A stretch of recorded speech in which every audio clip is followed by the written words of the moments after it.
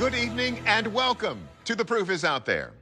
Each time there's a lunar eclipse, reports of UFO sightings seem to spike.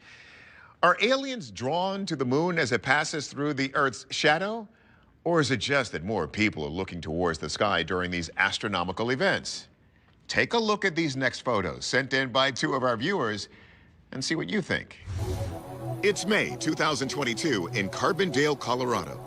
Local resident Richard Wampler has set up his telephoto camera on the top of a nearby hillside to observe a total lunar eclipse. So as I was looking through the viewfinder, suddenly I saw a green light come into the picture and start moving fast across the screen. Take a closer look. Just after the eclipse, Richard captured a series of 5 photos showing a long green object approaching and then seemingly passing the moon in only a matter of seconds. Who knows what it is, but this is really quite unique because of its elongated size. Richard isn't the only one of our viewers who's gotten photos of an anomaly during a lunar eclipse. During the eclipse of September 2015, Paul Garson snapped this pic of a V-shape in the skies over Los Angeles. As I look up, I see this cloud. Then suddenly the cloud dispersed, and emerging from the cloud was this object, slowly gliding through the air without a sound. If that wasn't strange enough, there's this odd laser-like line seeming to shoot at the craft. In my opinion, it was one of our Star Wars satellites firing a laser at it. As for why Richard and Paul happened to see what they saw, one theory involves a web of lines that crisscross the globe connecting ancient markers like Stonehenge or the Great Pyramids. Some argue that these ley lines connecting these monuments contain rivers of supernatural energy that can attract phenomenon from spirits to Sasquatch. And as science writer Amy Title points out, even aliens. Some believe that if you live on one of the Earth's ley lines, there's an increase in electromagnetic energy during an eclipse, which can be a boost for alien sightings. At least one purported ley line map shows an intersection of several ley lines west of Denver, Colorado, close to where Richard Wampler took his photo. The belief that eclipses hold unique power is nothing new. Some indigenous tribes believe that eclipses bring bad luck and can even hurt the unborn children of pregnant women. But do eclipses really attract UFOs? Let's see what our experts have to say about all these sightings. Richard Hoffman of the Scientific Coalition for UAP Studies starts with our LA photo. Does its distinctive shape resemble known aircraft? There are aircraft that we have in development, like the F-117, that are basically V-shaped, but the size of it would be enormous. And I do not think that we have any aircraft that are miles long that would be up there and contriving this. But Hoffman thinks this does have something to do with an airplane, or even multiple planes. It looks like you have aircraft, and they create what they call a canal cloud. Canal clouds, also called hole punch clouds, can form when a plane punches through a layer of alto cumulus clouds, causing supercooled water droplets to suddenly evaporate or form ice crystals, leaving strange shapes, sometimes mistaken for UFOs. And then the laser-like thing is nothing more than a contrail at a higher altitude from another aircraft that was heading generally the same direction. Okay, so if 2 cloud-busting planes could have produced the LA photos, what about Richard's photos of that green streak in Colorado? Could it be something as simple as a satellite? Astrophotographer Andrew McCarthy thinks the eclipse makes that unlikely. Our sky is filled with satellites, and one thing they all have in common is they don't tend to emit their own light. They're reflecting sunlight right back down to the observer. Now, during a lunar eclipse, the shadow of Earth is projected right towards the moon. So any satellite that would be in between us and the moon would also be in Earth's shadow. So since a satellite wouldn't be visible during an eclipse, could this be some other passing space object, like a comet or asteroid? Astronomer and video analyst Mark D'Antonio examines. In astronomy, there are extraterrestrial interlopers, meaning comets and asteroids, but this is moving too fast to be any kind of a comet. Meteors are fairly quick. However, the streaks of light would be very bright and there would be this flare at the end. McCarthy thinks he might have cracked this case by drawing a straight line from the photographer's location to the moon itself. There's a few things that I know specifically about this photo: where it was taken, when it was taken, and what the moon was doing at that time. I was able to figure out that the camera was pointed almost perfectly southeast at 14 degrees above the horizon. I looked on some tracking software to figure out what flights were doing in that area, and I figured out it was United Airlines Flight 2649, Chicago to LAX. It was about 35 kilometers away from the observer at the time. On the right-hand wing of the plane, we were seeing the green light on the wingtip. The green light became elongated because of the slower shutter speed required at low light, just like these photos of headlights taken at night. It was shot during low light, hence why there's a little bit of motion blur. Our verdict: both of these lunar eclipse anomalies can be blamed on planes. The mysterious V-shape is a cloud canal created by intersecting contrails. The green streak is a plane with a green light on the wing. But if you capture anything cool in the midst of an eclipse, be sure to send it our way. Next, we head to the great state of Kentucky, known for its horse racing, its bourbon, and its barbecue. But it's also becoming quite famous for its frequent sightings of both UFOs and goblins.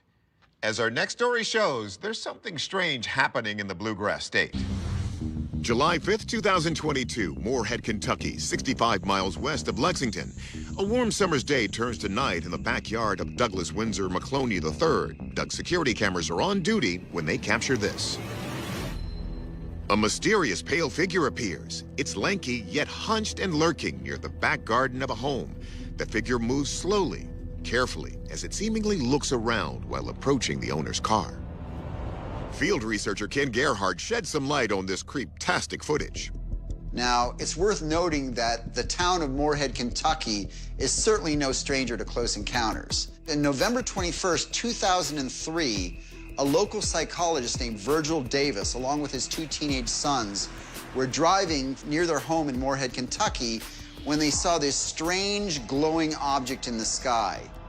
And according to the eyewitnesses, this thing actually descended into a nearby field. When the 2 Davis boys went out to investigate, they heard sounds of a woman screaming, like a woman being, in their words, ripped apart, which prompted them to make a 911 call. After that 911 call, local law enforcement officers swarmed the area. They found no sign of any woman or a UFO for that matter. But the strange events didn't end there. So a few weeks after this incident, a crop circle was found about 45 miles south of Moorhead. Based on this additional information, is it reasonable to assume that a woman was actually abducted by aliens? And that's what these boys heard when she was screaming? And if so, could we connect it to this strange video? For Gerhardt, this ghostly gremlin also reminds him of the state's most infamous cryptids, the Kentucky Goblins, which trace back to a famous incident on the Sutton Farm near Hopkinsville in 1955. According to several eyewitnesses, these strange, short-statured, silvery humanoid creatures appeared on the scene, very similar to what we're seeing in this video. The Sutton family actually blasted one of these goblins in the face with a shotgun from point-blank range with literally no effect. Now, the Hopkinsville Goblins were allegedly connected to a UFO sighting. In fact, many speculate they could be members of the Greys, the widely reported humanoid aliens made famous by incidents like Roswell. But others suggest Kentucky's goblins don't come from the skies above, but from deep under the ground. Mammoth Cave National Park in Kentucky boasts one of the largest cave systems in the country, and it has been speculated that these goblin-like creatures came from deep in the earth. As you can see, the body of this creature is very humanoid. But when it gets close to these parked vehicles right here, take a look. It appears to be much smaller in scale than your average person. One could even say it is goblin-sized. Let's see what our experts think. Biologist Stephanie Manka explores the underground goblin theory. Animals that have adapted to live exclusively in caves, they don't need to produce pigmentation to protect themselves from the sun, so they will often be light or white colored, which is what we see here in this video. Cave dwellers like the Texas blind salamander and the eyeless olm all share the same similar white color Menke describes. But for Menke, the body structure of this creature kills the idea that it's some sort of spelunking goblin.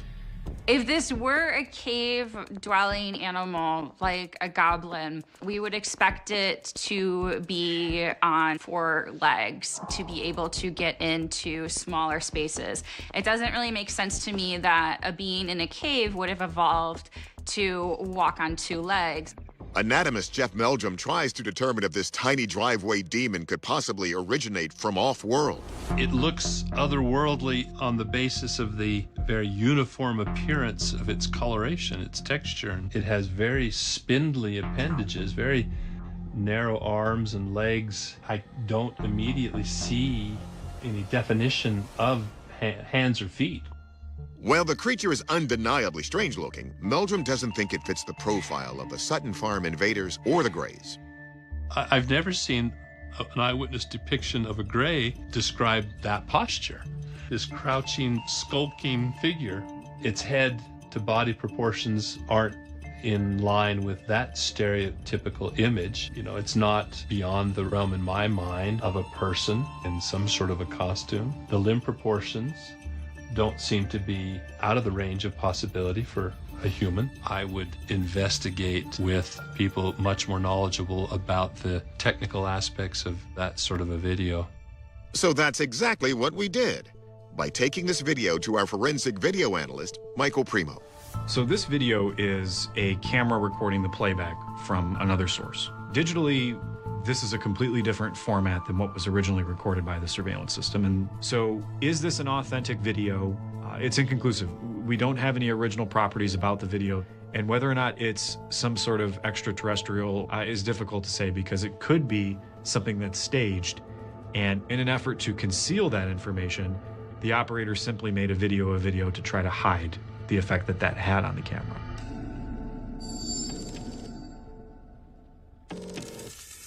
Our verdict? We're calling this an unidentified creature.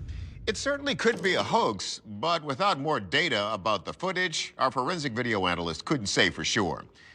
But I gotta say, Kentucky, goblins, aliens, and bourbon, we couldn't do the show without them. Under a clear night sky, you can expect to see between 2 and 7 streaks of light go by each hour on any night of the year. These flashes are meteorites burning up in the Earth's atmosphere. But there are some who believe that in reality, these meteorites are more than they seem to be. August 31st, 2019. It's 10:30 p.m. just outside the city of Edmonton, Canada. Lincoln Ho is hanging out at a neighbor's house watching TV when he sees a bright light flash outside the window. Lincoln later goes home and checks his driveway security footage. And that's when he finds this. An orb of light screams from the top of the frame, plummeting toward the house before vanishing. According to journalist MJ Banias, while this phenomenon seems to have all of the hallmarks of a meteor strike, one thing is missing. There was no reported impact. A meteor hitting the Earth is going to make a big boom. There was no sound, no explosion, and no one on the news had reported a meteor hitting Edmonton, Alberta. But what if we have a meteor that really isn't a meteor? Banias says one man believes it may be possible. A very famous Harvard physicist and astronomer named Avi Loeb has a theory that intelligent life is visiting Earth, and it's masquerading or using meteors as a form of transportation. In 2017, Professor Avi Loeb and others took notice of a quarter-mile-long cigar-shaped object that passed through the solar system. Its glow varied 10 times more reflective than typical asteroids, as if it was made of highly polished metal. It was dubbed Oumuamua, which means scout in Hawaiian. Loeb suspected it could have been alien tech. He also insists alien tech hasn't just approached Earth via meteor, it actually landed here. He believes that there is evidence on this planet that alien civilizations exist, and they've sent their technology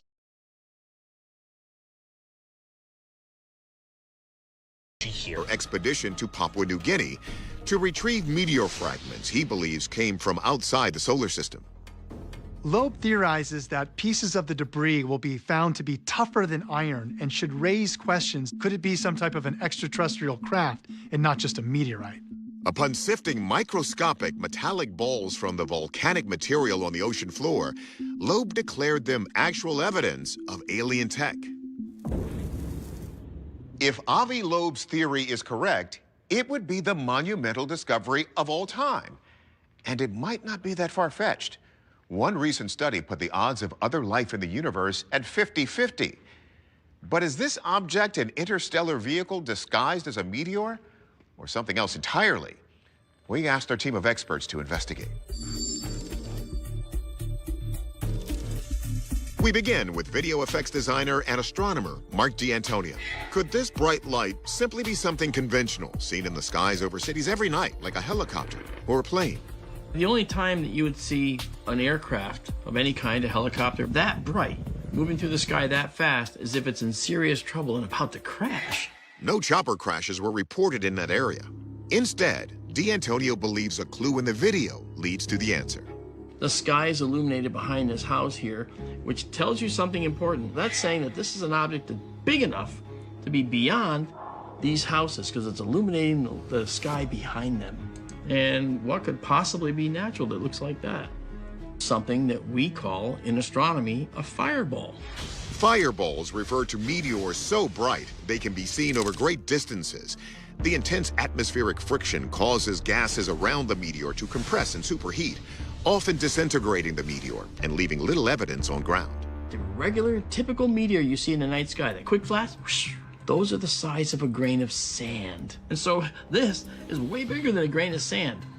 So you can imagine that the glow created by this is going to be absolutely colossal. D'Antonio makes a convincing argument, and one that NASA geologist Bob Anderson agrees seems likely at first. When I first looked at this video, it was almost a dead giveaway that it was a meteor that was coming down. But it's weird to me that there was no sonic boom. The size of this object, the brightness of this object would have created a sonic boom somewhere in the atmosphere.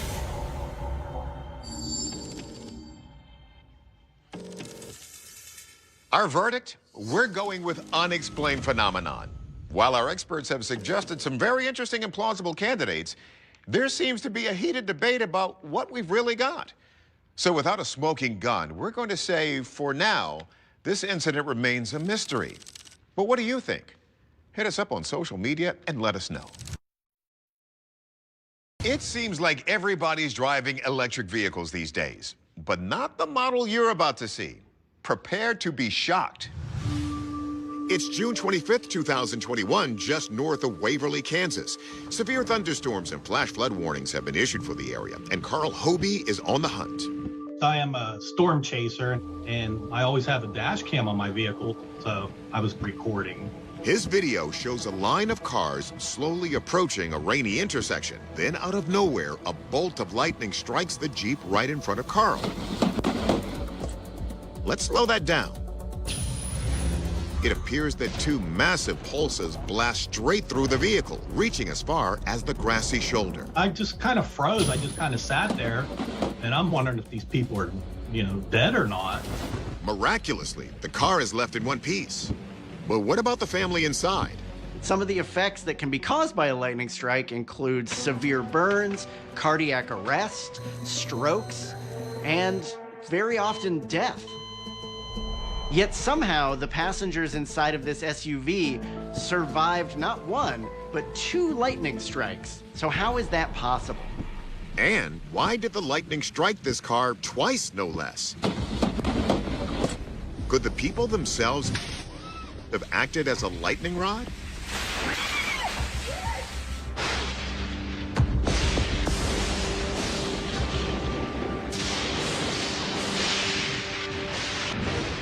Some people actually are more prone to being struck by lightning than your average person. One very famous example was the park ranger Roy Sullivan, or as he came to be known, the Spark Ranger. Sullivan was hit by lightning an astounding 7 times. Once while he was driving in his car, and twice was when he was trying to outrun a storm, leading him to believe lightning was almost chasing him. The question to ask is, why him? Some speculate that having a high iron content in your blood can make you more susceptible to lightning, since metal is conductive. Could that be the case here? We haven't been able to contact the people in the car hit by lightning, so we weren't able to hear their side of the story. Instead, we turned to our experts to see if people truly can be lightning rods. We start by asking meteorologist Juan Hernandez what typically happens to people who survive lightning strikes. Usually, when lightning strikes a person, it results in shoes getting blown off or jewelry getting soldered together. Now, a less common occurrence is what we call the Lichtenberg figure. Oftentimes, it looks like roots that have been implanted into the skin of the person. But do some individuals actually attract lightning? Why was Ranger Roy such a target? Scientists don't believe his iron levels would make a difference, since the iron in blood is bonded inside hemoglobin molecules that don't conduct electricity. Hernandez suggests it's a matter of vocation and location. He was a park ranger out in Shenandoah National Park, and that put him outdoors quite a bit. When you're outdoors, you're at risk of getting struck by lightning. Now, the park gets about 35 to 45 thunderstorms per year. In addition to living in a very stormy region, Sullivan sometimes worked in an elevated fire tower, which is where he was officially struck for the first time while fleeing a lightning fire in the structure. And as for this family in the electric vehicle, in this case, Hernandez says the lightning was drawn to this vehicle instead of the taller trees around it for a simple reason: conductivity.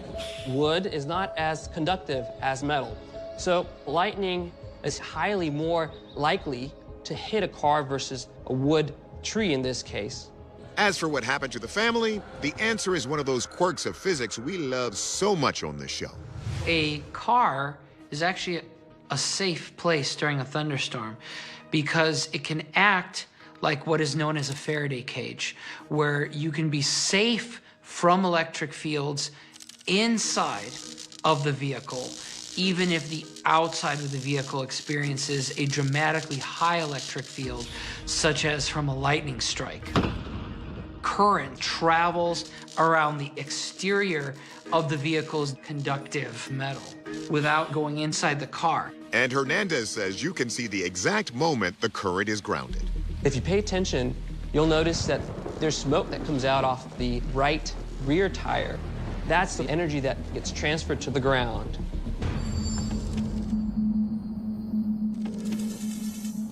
Our verdict? This lightning strike was a natural phenomenon, albeit a terrifying one. And as for the family inside, we can say they all survived with no major injuries, thanks to the Faraday cage effect. We just hope there aren't more spark rangers. In 1997, the sci-fi movie Men in Black cemented actor Will Smith's status as a global superstar. But tales of real-life Men in Black go back decades. Most evidence of their existence is just anecdotal. But one of our viewers says he's not only spoken to the Men in Black, he's got them on tape. Take a listen. It's February 8th, 1993 in Long Island, New York. Pharmacist Gary Sudbrink has come all the way from Texas to visit his parents. A call comes through on the house landline. Gary answers it, and what he hears frightens him. Is Gary Sudbrink there? Huh? You're being impersonated by the other voice. A raspy, mechanical voice speaks to Gary. The conversation is odd, with the person on the other end repeatedly asking, So how long are you going to be back from Texas? I was just pretty much shocked, you know. About 7 seconds into the phone call, I decided to hit the record button on the answering machine because it was extremely unusual. So how long are you going to be back from Texas? How long am I going to be back from Texas? That question doesn't make any sense. By the other voice. Gary would receive 2 more calls that evening and one the following day from the same mysterious voice. Each time it delivered a different, unsettling message. Keep an eye on the ground. Near arrive. The full moon. We come. Beware. Government interference. Gary says these couldn't have been wrong numbers or random prank calls because the voice knew personal information about him, like the fact he was visiting from Texas. He developed a theory that seems far out. I had no idea who was calling me or what entity was calling, but it wasn't until a lot of time passed that I was thinking maybe Men in Black type thing. MJ Banias is skeptical, but provides some background on the MIB. UFO lore says that the Men in Black are this shadowy group of individuals who direct people to not discuss any strange encounters that they've had. They order them to stay quiet, and they threaten them with horrible acts of violence or death if they do start talking about the things that they've seen.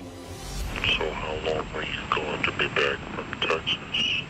More on Gary's connection to UFOs in a bit, but it's worth pointing out that the Men in Black legend originated in 1947 when a man named Harold Dahl allegedly saw a UFO on Maury Island, Washington. Dahl claimed a man in a black suit visited him days later and warned him not to discuss the sighting. Beware government interference. Now, Gary told us he has never seen a UFO, but his dad had years before, and the sighting had become family legend. Could that explain why the call came to his parents' landline? In the months following the mysterious phone calls, Gary sent his recordings to news channels and even a private investigator. But no one could identify what or who was calling. So can this case finally be cracked? Our experts answer the call. First, we asked military aviation expert Tim McMillan whether Gary could really have been contacted by the Men in Black. Is Gary's son Brink there? Nothing that I hear in the calls is suggestive of the Men in Black. My first impression is that the caller on the other line is actually using a pre-recorded message in its replies, because there doesn't seem to be the back and forth flow you would expect from any kind of conversation. How long am I going to be back from Texas? That question doesn't make any sense. By the other voice. Okay. We took Gary's recordings to forensic audio analyst Dr. Rob Maher, and it turns out McMillan's instinct was spot on. The interesting thing about the call is several of the utterances are repeated 4 or 5 times during that conversation, and they're not just repeated word for word, they're identical. So how long are you going to be back from Texas? So how long are you going to be back from Texas? It appears that the Men in Black remarks are pre-recorded and just played back several times. Beware government interference. I took the alleged Men in Black voice and played it back at a faster rate, which restored the voice quality to what I would consider a normal speaking voice, normal pace of utterance, and normal pitch. So how long are you going to be back from Texas? So how long are you going to be back from Texas?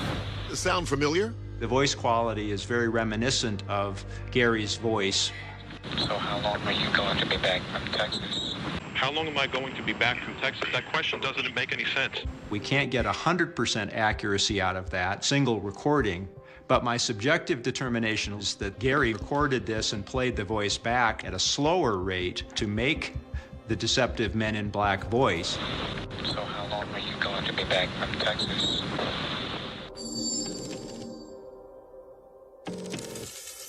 Unfortunately, voice comparison is not an exact science. Without more evidence, we can only say this is a possible hoax. We asked Gary for comment, and he insisted his tapes are authentic. But what do your ears tell you? Who do you believe? We think we know so much about animal behavior, but just like the depths of the sea and the outer reaches of space, much of what's going on in the heads of our furry and feathered friends is a mystery. Don't believe me? Check out this wild and woolly footage. November 2022, the city of Boto in Inner Mongolia, China. Here, farming livestock is commonplace. Ms. Meow is one of those farmers, and today, she sees something she can't explain. Dozens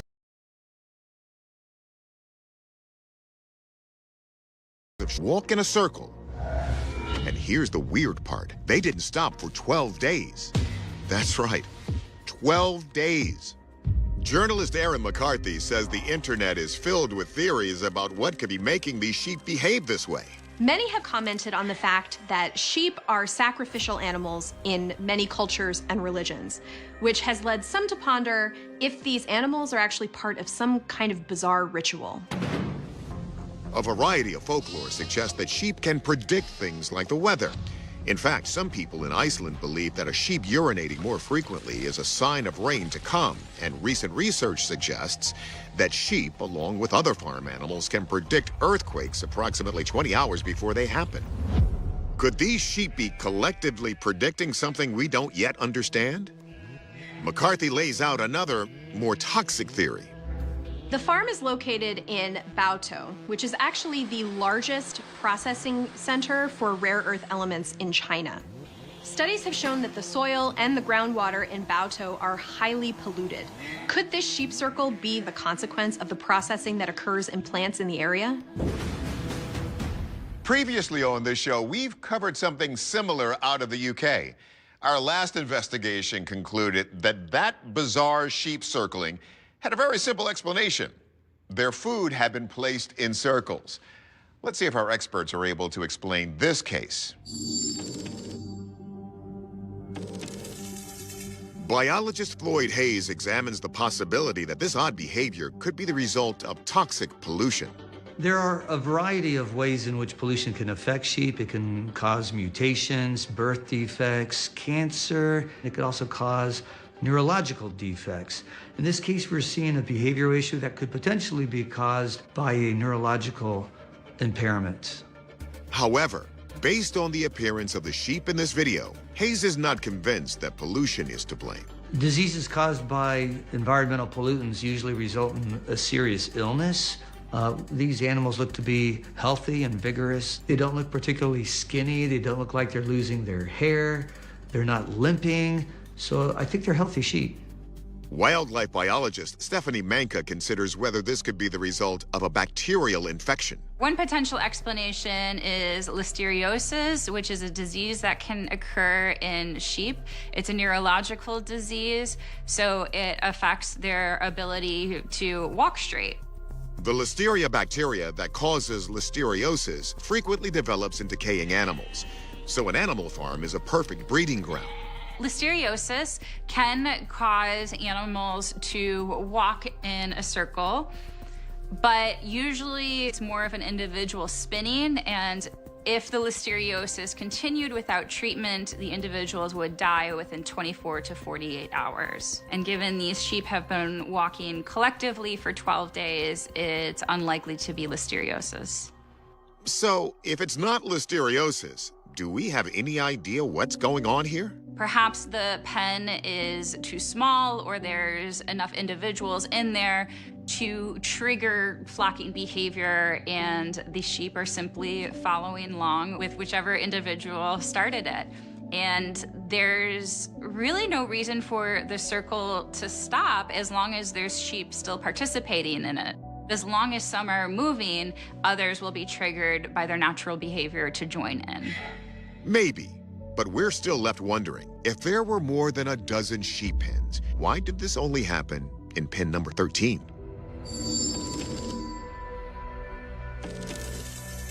I was convinced we'd be able to explain this, but guess what? We can't. We're calling this a UOP, an unexplained ovine phenomenon. We've ruled out feeding patterns, known diseases, and pollution. So maybe there's something supernatural afoot with Mongolian sheep. Think about that the next time you put on a sweater. According to the United States Geological Survey, scientists still can't predict when earthquakes will happen.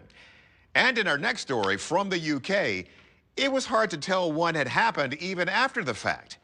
Check out this crazy scene. It's February 2022 in the village of Lynham in Wiltshire, England. Drivers trying to turn onto Route B4069 are greeted with a sign posted by police that says, "Road closed." Some ignore the sign, which they soon regret. One video taken of the scene focuses on a huge crack in the pavement, with the camera tilting up to reveal dramatic ripples buckling the road. The camera then slowly pans to a spot where the asphalt has bent up to create a huge bump. The next shot shows parts of the pavement jutting up at sharp angles like a skateboarding ramp, which is how some kids use it. Journalist Eric Grundhauser says many assume this must be the result of some seismic disaster. It seems to undulate as though it was destroyed by the passing of something large and destructive, like earthquake activity. But there's something missing from the earthquake theory: the quaking. At the time, nobody reported feeling any sort of disturbance. Or perhaps this road was a casualty of a secretive tunneling creature: human beings.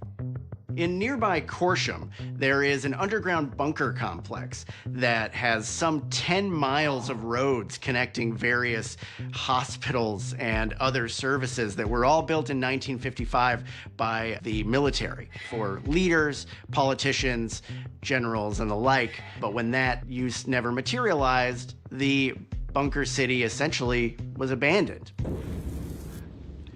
The project to build that underground headquarters was codenamed Subterfuge. So you'll excuse us if we speculate that there may be other hidden secrets beneath the surface. Let's turn to our experts to see what they can dig up. First, meteorologist Juan Hernandez examines if this could be the result of an earthquake. England doesn't really lie on the edge of any plate tectonic. Usually, earthquakes happen on the edges of plate tectonics because of all that stored energy. There was a recorded earthquake in February of 2022. It was a 2.8 magnitude about 100 miles away in West Bromwich. Now, a 2.8 magnitude earthquake is not going to cause this much damage. We're probably looking at a 4, 5, or beyond for it to start causing damage to roads. So if this wasn't caused by shaking Earth, could this be the work of giant worms? NASA geologist Dr. Bob Anderson investigates. One of the ideas about the destruction of this road is that it was created by a worm called Microcadus rabi. These worms average about 6 feet in length, but the longest has been identified as 21 feet long. But they only average less than an inch in diameter. So even if that worm was digging a trough under this road, it could not cause this kind of destruction that we see in the video. If there is no worm large enough to produce this degree of damage, then could the theory about secret tunnels like the military's Burlington bunker in Corsham hold some weight? Here in this region, this mining and quarry was turned over to the government in England and made into a military base. But I think I can rule that one out because the length of it shows that it's almost a sinusoidal wave. It's a motion type of wave on the rock. And so you can see that if it was a roof collapse, you'd have a hole, a depression. Not only that, but maps show that the location of the Burlington bunker doesn't overlap with where we see this ripped up road in Lynham. So, could this be a different type of natural disaster? The main cause, in my opinion, is illustrated right here on this picture where you see the trees. A tree will always grow towards the sun. And if you go along areas where the land has been disturbed and you start seeing trees that are growing at an angle, that means that what you're having is a downhill movement of material like a landslide. The hillside is moving very, very slowly and over time till it gets to a point where it breaks. And that downhill movement is called mass wasting. Hernandez says the weather data shows this mass wasting, the movement of rock and soil by the force of gravity, is the most likely cause. The UK is usually plagued with bad weather. It is known for cloudy conditions. It's known for rainfall. When you couple significant amount of rain, strong winds, and moist soils, you often have landslides that usually look like this, especially given the terrain that is very steep in this area. The night the call came in was ordinary in the way that only truly strange nights ever are, quiet enough to make the hum of studio lights feel like a heartbeat. And as the host's voice settled into that familiar cadence of skepticism balanced against curiosity, the screen filled with grainy footage of a road cutting through old Kentucky, the kind of place where history seeps out of the soil and stories cling to the trees. And it was there that the first voice crackled through the phone line, a man with a drawl softened by age who insisted that what he had seen could not be explained by tricks of light or tired eyes, because the proof, as he put it, was out there and it had knocked on his door. And from that moment the narrative unfolded not as a simple recounting of alleged encounters but as a meditation on belief, doubt, and the human need to make sense of the uninvited, weaving together interviews, archival documents, and expert analysis into a single thread that refused to be neatly tied off, and as the caller described men dressed in black arriving unannounced in an unmarked car, their shoes too clean for the gravel drive and their smiles too practiced to be comforting, the camera lingered on still photographs of rural homes, cracked porches, and long shadows cast by dusk, evoking a sense that this was not merely a story about possible extraterrestrial encounters but about the vulnerability of those who live at the edges of official narratives, where authority is distant and the unknown feels closer, and the experts brought in to dissect the claim did so carefully, acknowledging the long cultural history of men in black lore while pointing out the psychological factors that can shape memory.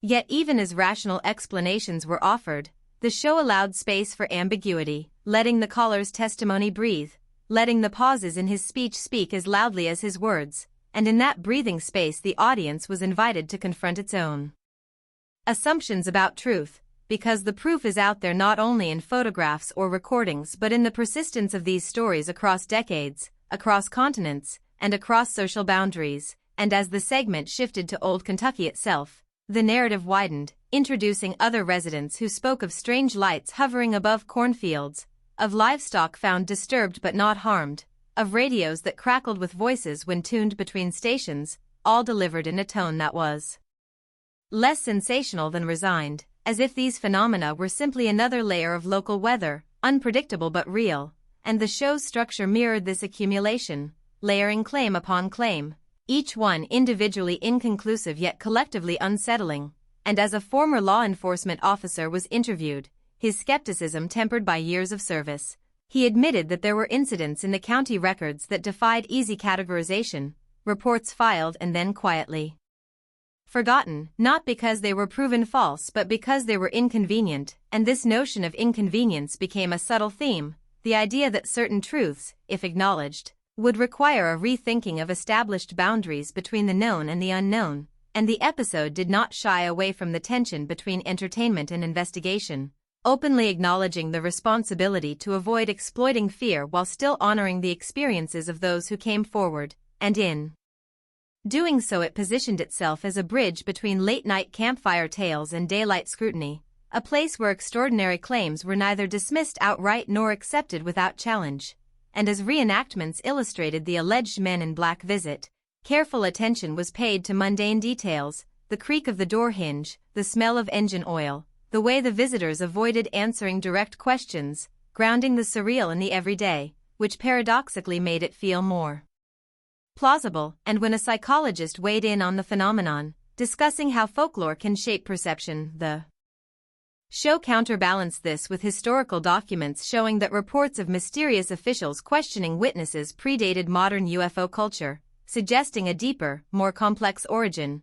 And this back and forth created a rhythm that kept the viewer engaged, not by promising answers but by modeling a process of inquiry. And as the camera returned to the host, his closing remarks for the segment emphasized that skepticism is not cynicism, and belief is not gullibility, but rather two sides of a disciplined curiosity, and that discipline was evident in the way the episode handled visual evidence, slowing down footage, enhancing audio, consulting specialists in video analysis who pointed out anomalies while also highlighting limitations, reminding the audience that absence of explanation is not proof of extraordinary cause, yet also that not all anomalies can be neatly resolved, and in Old Kentucky, where oral history carries weight, these unresolved questions have a way of becoming part of the landscape, passed down alongside recipes and family legends, and the episode subtly suggested that this cultural transmission is itself a kind of proof, not of aliens or secret agents necessarily, but of the enduring human encounter with mystery. And as night footage showed fireflies blinking in patterns that could easily be mistaken for signals, the narration reflected on how the natural world can deceive the senses, yet also inspire wonder, and that wonder, the show argued implicitly, is not something to be extinguished by explanation but refined by it. And when the call-in line opened again, another voice joined the conversation, corroborating parts of the original account without ever meeting the first caller, a coincidence that raised eyebrows but stopped short of confirmation, and the editors allowed the silence after this revelation to stretch, letting the viewer sit with the discomfort of not knowing, and in that discomfort lay the true subject of the Episode: the thin line between reassurance and revelation, between the comfort of dismissal and the risk of curiosity. And as the title card faded in again, Men in Black calls, Old Kentuck, the ellipsis felt earned. A promise that the story was incomplete by design, that each answer would open onto further questions. And as the credits rolled over shots of empty roads and star-filled skies, the message lingered that proof is not always a single piece of evidence but a mosaic of experiences, interpretations, and unanswered calls, and that perhaps the most honest conclusion is to keep listening, to keep asking, and to accept that some stories are not meant to be closed but explored, revisited, and re-examined as long as there are those willing to pick up the phone and say, with a mix of fear and conviction, that something happened and they want to know what it was. When the episode moved beyond the initial phone calls and into deeper territory, it did so with a deliberate widening of the lens, as if acknowledging that one voice alone can be dismissed but a chorus, even a fragmented and uncertain one, demands attention. And thus Part 2 unfolded by returning to Old Kentucky not as a backdrop but as a living archive of memory, where the past is layered beneath the present and every strange account seems to echo something older, something half-remembered, and the narrative opened with a quiet morning shot of mist lifting off a field, the kind of serene image that feels almost accusatory when paired with stories of fear and intrusion. And the host's voice guided the audience into a new testimony, this time from a woman who had never intended to call a television show, who had lived her entire life believing that what happened to her family decades earlier was best left unspoken, not because she doubted it but because speaking it aloud had always made people look at her differently. And as she described men arriving in the early hours before dawn, dressed in black suits that seemed out of place against the red dirt and wooden fences, the show resisted dramatization, instead letting her words carry the weight, describing how their questions were precise yet oddly disconnected, as if they were reading from an internal checklist rather than engaging in a conversation. And this detail, subtle but unsettling, resonated with earlier accounts, creating an emergent pattern without ever stating it outright. And experts were again brought in, not to declare truth or falsehood but to contextualize, with a historian of American folklore noting that stories of mysterious officials appear in rural narratives long before the modern UFO era, often during periods of social change when trust in institutions was fragile. And this observation reframed the Men in Black not just as possible extraterrestrial agents or secret government operatives, but as symbols of intrusion, embodiments of an authority that arrives uninvited and leaves without explanation. And yet the show refused to let symbolism erase specificity, carefully examining documents the woman had kept, yellowed notes written by her father describing the encounter, the exact time, the make of the car, the license plate that led nowhere when checked, details that anchored the story in a particular reality even as its implications drifted into uncertainty. And as the camera lingered on these handwritten records, the narration reflected on the human instinct to document the inexplicable, to create proof not necessarily to convince others but to reassure oneself that the memory is real, that it happened.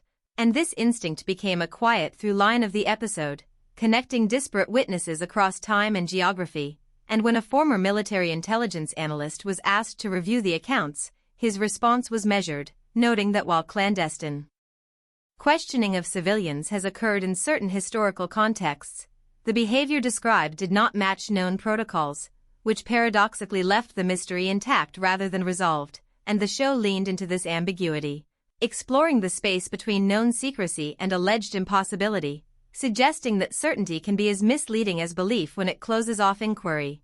And as night fell again over Old Kentucky, the episode transitioned into a segment examining audio recordings submitted by viewers, crackling tapes of phone calls allegedly received after sightings, voices that seemed to know too much or ask questions without context, and sound engineers slowed, filtered, and analyzed these recordings, pointing out where interference could explain anomalies while also admitting where explanation fell short. And this technical process was shown in detail, demystifying analysis itself and reinforcing the show's commitment to method over myth. Yet even within this methodical approach, an unease persisted, because the cumulative effect of so many near misses, so many partial correlations, began to feel less like coincidence and more like a pattern struggling to be seen. And the host acknowledged this tension directly, reminding viewers that pattern recognition is a double-edged sword, essential to science yet vulnerable to bias, and that the challenge lies in distinguishing meaningful signal from comforting narrative. And as Part 2 progressed, it introduced a counterpoint in the form of a skeptic who had grown up in the same region and had dedicated his career to debunking paranormal claims, and his presence added a necessary friction, as he argued that the isolation of rural life can amplify rumor and that shared cultural references can unconsciously shape testimony, and his argument was presented fully, without caricature, reinforcing the show's refusal to choose sides prematurely, and yet even he admitted that certain details across accounts were difficult to dismiss entirely, not because they proved anything extraordinary but because they resisted easy categorization, and this resistance became the episode's quiet antagonist, the thing that could not be neatly labeled or resolved within a single hour of television. And as the narrative circled back to the callers, now aware of one another's existence through the show, the emotional impact of validation became apparent, with witnesses describing a sense of relief not in being believed absolutely but in being taken seriously, and this distinction mattered, underscoring the ethical dimension of investigation, the responsibility to listen without exploiting, to question without ridicule, and as archival footage of similar reports from other states and even other countries was briefly introduced, the scope expanded further, suggesting that Old Kentucky was not unique but representative, a microcosm of a global phenomenon filtered through local culture, and the episode resisted the temptation to universalize too quickly, instead returning again and again to specific lives, specific moments, grounding the extraordinary in the ordinary rhythms of rural existence. And as the host's closing remarks for Part 2 approached, he reflected on the idea that proof is often imagined as a final answer, a decisive piece of evidence that ends debate, but that in reality proof more often emerges as a process, iterative and provisional, shaped by questions as much as by data. And in the context of Men in Black calls, this process involves not only photographs and recordings but trust, memory, and the willingness to admit uncertainty. And the final image of the episode lingered on a quiet road disappearing into darkness, accompanied by the sound of a phone ringing unanswered.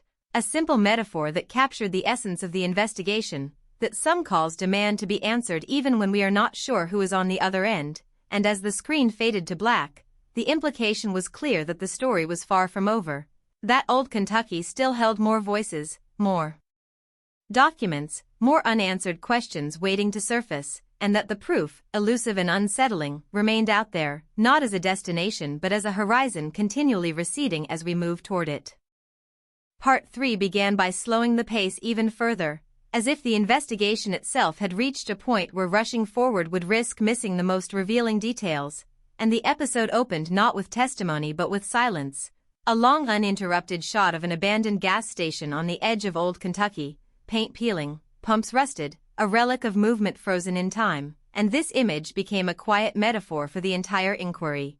A place once meant for answers and directions now left to memory and speculation, and into this stillness the host's narration eased gently, reminding viewers that stories do not always announce themselves with spectacle, that sometimes they linger unnoticed until someone decides to look again. And it was in this spirit of looking again that Part 3 revisited earlier accounts with fresh questions, not to contradict them but to deepen them, and the first voice to return was the original caller from Part 1, now interviewed face-to-face rather than over the phone, his body language revealing hesitations and certainties that audio alone could not convey.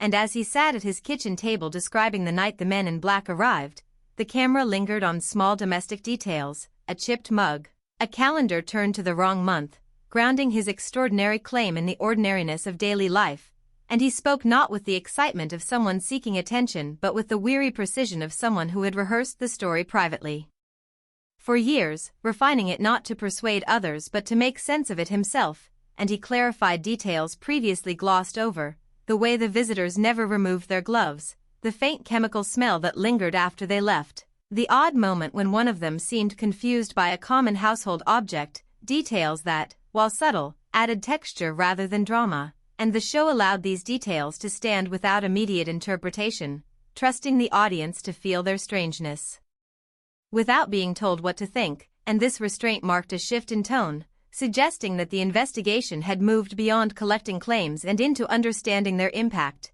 and that impact was explored next through a sociological lens, with an expert discussing how communities metabolize unexplained events, either absorbing them into local lore or isolating those who experience them, and Old Kentucky, it was suggested, had done both, creating a patchwork of whispered stories and deliberate silences, and this idea was illustrated through interviews with neighbors who had heard rumors but never asked questions, who sensed that something was off but preferred not to know specifics, and their reluctance was portrayed not as ignorance but as a survival strategy, a way to maintain social equilibrium in a place where everyone depends on everyone else. And the episode gently challenged viewers to consider how often they themselves choose comfort over curiosity, and as Part 3 unfolded, it introduced a new layer of evidence in the form of declassified correspondence obtained through archival research, letters between local officials and federal agencies that referenced interviews conducted and files transferred without explanation. And while the documents were heavily redacted, their existence alone suggested that something had occurred that warranted attention, and analysts carefully avoided overstating their significance, noting that bureaucratic language can conceal as much as it reveals. Yet the presence of these records complicated the idea that the men in black were purely a folkloric invention, existing only in the imagination, and instead positioned them somewhere in the ambiguous space between official procedure and cultural myth, and this ambiguity became a focal point, with the host explicitly stating that the goal was not to prove the existence of extraterrestrial enforcers but to understand why similar descriptions emerge in unrelated contexts, and as visual comparisons were shown, sketches from different decades depicting eerily similar figures, the narration emphasized both the power and the danger of comparison, how easily similarities can be exaggerated, yet also how persistent patterns invite investigation, and to balance this, a cognitive scientist explained how memory reconstruction works, how each retelling subtly reshapes an event, influenced by media, conversation, and expectation, and this explanation was not used to dismiss witnesses but to humanize them, to show that fallibility does not equal falsehood, and that truth can exist even when details shift, and this nuanced approach reached a peak when the episode explored the emotional aftermath of the encounters, focusing less on what happened and more on what followed, the insomnia, the sense of being watched, the hesitation to speak openly, and mental health professionals discussed how encounters perceived as threatening or incomprehensible can leave lasting psychological impressions regardless of their objective origin, and this reframing was powerful, because it suggested that the question of reality is not binary, that an experience can be real in its effects even if its cause remains uncertain, and as Part 3 moved toward its latter half, the narrative widened again to include a parallel case from another rural region, chosen not for its sensational value but for its similarities in tone and aftermath, and the juxtaposition served to highlight recurring elements, the unannounced visits, the insistence on silence, the absence of clear authority, yet the show resisted declaring these elements definitive, instead presenting them as data points in an evolving inquiry, and the host returned to the idea of calls, emphasizing that many of these stories begin with communication, a phone ringing, a knock at the door, a question asked, and that communication itself implies intent, which is perhaps the most unsettling aspect of all, the idea that someone or something is reaching out without explaining why, and this led into a philosophical reflection woven subtly into the narration, that humanity has always grappled with the unknown through intermediaries, messengers, angels, officials, figures who arrive bearing questions or warnings, and that the men in black may be a modern manifestation of this archetype, shaped by technology and bureaucracy rather than myth and religion,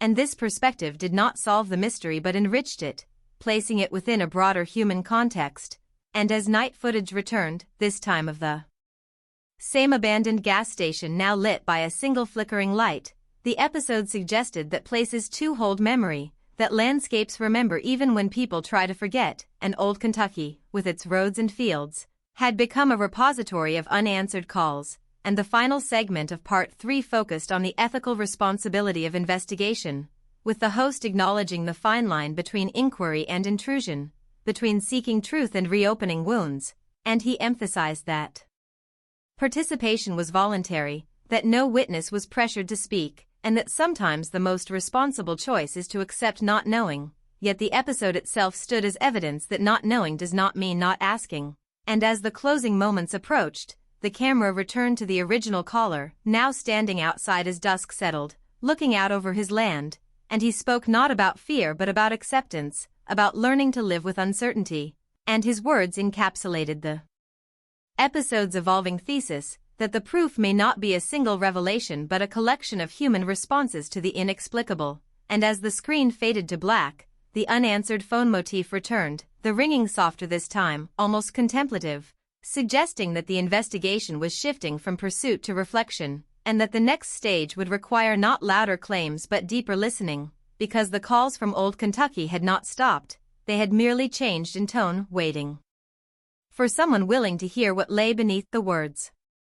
Part 4 unfolded with a subtle but decisive shift in tone, moving away from the question of what the men in black might be and turning instead toward what their appearances seemed to do to the fabric of ordinary life, as if the investigation had reached a point where ontology mattered less than consequence. And the episode opened with a slow drive through old Kentucky at midday, sunlight flattening the landscape and stripping it of the mystery so potent at night, revealing farms, mailboxes, and diners that looked entirely unremarkable. And yet the narration reminded the viewer that the strangest disruptions often occur not in dramatic settings but in places defined by routine, where predictability is a form of comfort.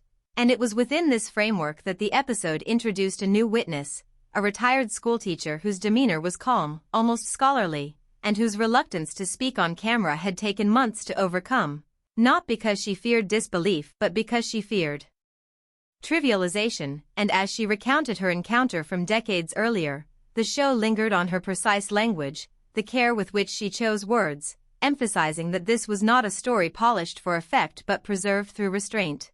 And she described receiving a phone call shortly after witnessing unexplained lights over a nearby ridge, a call in which the voice on the other end asked questions that presupposed knowledge she had never shared, questions about what she saw, who else was present, and whether she intended to speak of it. And the calmness of the voice, she said, was more unsettling than any threat could have been, because it suggested control rather than urgency, and this detail resonated strongly with earlier accounts, reinforcing a pattern of contact that was informational rather than confrontational. And the episode explored this pattern through the lens of communication theory, with an expert explaining how the act of asking questions can itself exert power, shaping behavior without issuing commands. And this analysis reframed the men in black encounters not as acts of suppression but as acts of subtle influence, a hypothesis that felt disturbingly plausible in a world already saturated with unseen systems of surveillance and data collection. And the show carefully avoided drawing direct parallels to contemporary technologies, instead allowing the viewer to make connections organically. And as the teacher continued her account, she described how the callers never identified themselves yet spoke with an authority that felt institutional, an authority she could not name but immediately recognized. And this recognition became a focal point of discussion, with sociologists noting that people are often conditioned to respond to certain tones and structures of speech regardless of the speaker's identity, and this conditioning, they argued, could explain why so many witnesses complied with requests to remain silent without overt coercion. And the episode treated this idea not as debunking but as an expansion of understanding, suggesting that the phenomenon might operate at the intersection of psychology, culture, and power. And as Part 4 progressed, it returned to archival research, this time focusing on local newspapers from the mid-20th century, headlines that hinted at unexplained incidents without elaboration, stories abruptly truncated or relegated to small columns. And media historians discussed the editorial pressures of the era, how small-town papers often balanced community cohesion against investigative zeal, and this context suggested that silence around strange events may have been reinforced not only by external visitors but by internal decisions, a community-wide tacit agreement to move on.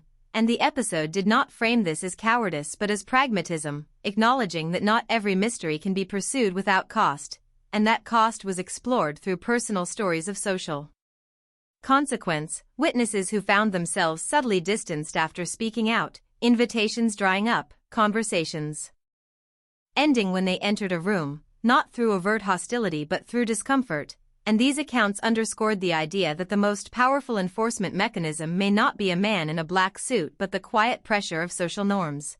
And this realization marked a turning point in the investigation, shifting the focus from external agents to internal dynamics.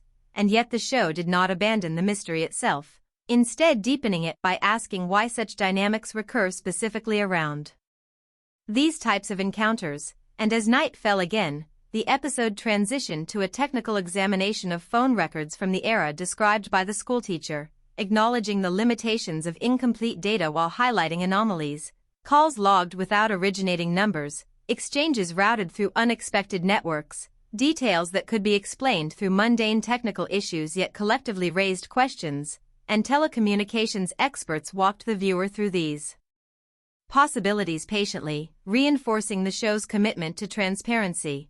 And the host emphasized that uncertainty in data does not equal certainty of mystery, but neither does it eliminate the possibility that something unusual occurred. And this balanced approach maintained credibility even as it left the central question unresolved. And as Part 4 moved into its latter half, the narrative explored the emotional labor of long-term uncertainty, interviewing witnesses who had lived for decades without answers, and psychologists discussed how unresolved experiences can become integrated into identity, shaping worldview and behavior in subtle ways. And one man described how the encounter had not made him fearful but cautious, more attentive to anomalies, more aware of how little he truly understood about the systems around him. And this cautious awareness was presented not as paranoia but as a form of humility, a recognition of limits, and the episode suggested that this humility might be the most constructive response to the unknown. And in a striking sequence, the show juxtaposed footage of modern data centers with shots of rural telephone poles, drawing an implicit line between past and present modes of connection, suggesting that while technology has changed, the experience of being contacted by an unseen authority remains psychologically potent. And this comparison was left deliberately open-ended, allowing viewers to reflect on their own relationship with information and control. And as the host addressed the audience directly, he acknowledged the temptation to search for definitive answers, to label the men in black as extraterrestrial, governmental, or fictional. But he argued that such labels can sometimes obscure more than they reveal, and instead proposed that the value of the investigation lay in its ability to illuminate how humans respond to the unexplained, how narratives form, how silence spreads, and how meaning is negotiated collectively. And this proposition reframed the show itself as part of the phenomenon, a modern forum for stories once confined to kitchens and porches, and the ethical implications of this role were addressed candidly, with the host acknowledging the responsibility to avoid sensationalism while still honoring the courage it takes to speak. And this self-awareness added a layer of reflexivity rarely seen in similar programs. And as Part 4 approached its conclusion, it returned once more to old Kentucky, this time through the eyes of a younger generation, residents who had grown up hearing fragments of these stories without context, and their perspectives highlighted how myths evolve, how details blur while emotional truths persist. And one young woman remarked that whether or not the men in black were real mattered less to her than the fact that so many people she trusted believed something had happened. And this statement encapsulated the episode's central insight. That belief itself is a social fact with real consequences. And as the final moments unfolded, the camera followed a telephone line stretching across a field into the distance, the narration reflecting on how lines connect as much as they divide, carrying voices, questions, and sometimes silence. And the ringing motif returned yet again, but this time it was answered, only for the line to be filled with static, an unresolved exchange that served as a metaphor for the entire inquiry, communication attempted but clarity withheld. And as the screen faded to black, the message was clear that the investigation was entering a more introspective phase, one less concerned with identifying visitors and more focused on understanding the enduring impact of their visits, and that the proof, elusive and complex, might lie not in confirming who made the calls, but in recognizing how those calls reshaped lives, communities, and the stories people tell themselves to live with what they cannot explain. Part 5 emerged almost imperceptibly from the reflective tone of the previous chapter, as if the investigation itself had paused to take a breath before continuing, and when it resumed it did so by turning inward, examining not new sightings or fresh testimonies but the subtle mechanisms by which uncertainty embeds itself into everyday consciousness. And the episode opened with a sequence that felt deliberately mundane, a grocery store checkout line in Old Kentucky. A bell above the door chiming. As customers came and went, the camera lingering on faces that revealed nothing extraordinary, and yet the narration suggested that it is precisely within such ordinary spaces that extraordinary questions linger unspoken, shaping how people look at one another, how they interpret coincidence, and how they respond to authority. And from this unassuming setting the narrative shifted to a concept that had hovered at the edges of earlier parts, the idea of anticipation, the quiet expectation that once a strange encounter has occurred it might happen again, and this anticipation, witnesses explained, becomes a lens through which subsequent events are filtered, every unfamiliar car, every unexpected call acquiring a heightened significance. And psychologists interviewed in this segment discussed how the human brain, once alerted to a perceived threat or anomaly, remains vigilant long after the original stimulus has passed, a survival mechanism that can be adaptive yet exhausting. And this vigilance was illustrated through the testimony of a former county clerk who described how, after her brief interaction with men she believed to be officials asking about an unusual aerial event, she found herself cataloging details she had previously ignored, noting license plates, memorizing voices, keeping logs of phone calls, not out of fear but out of a sense of responsibility,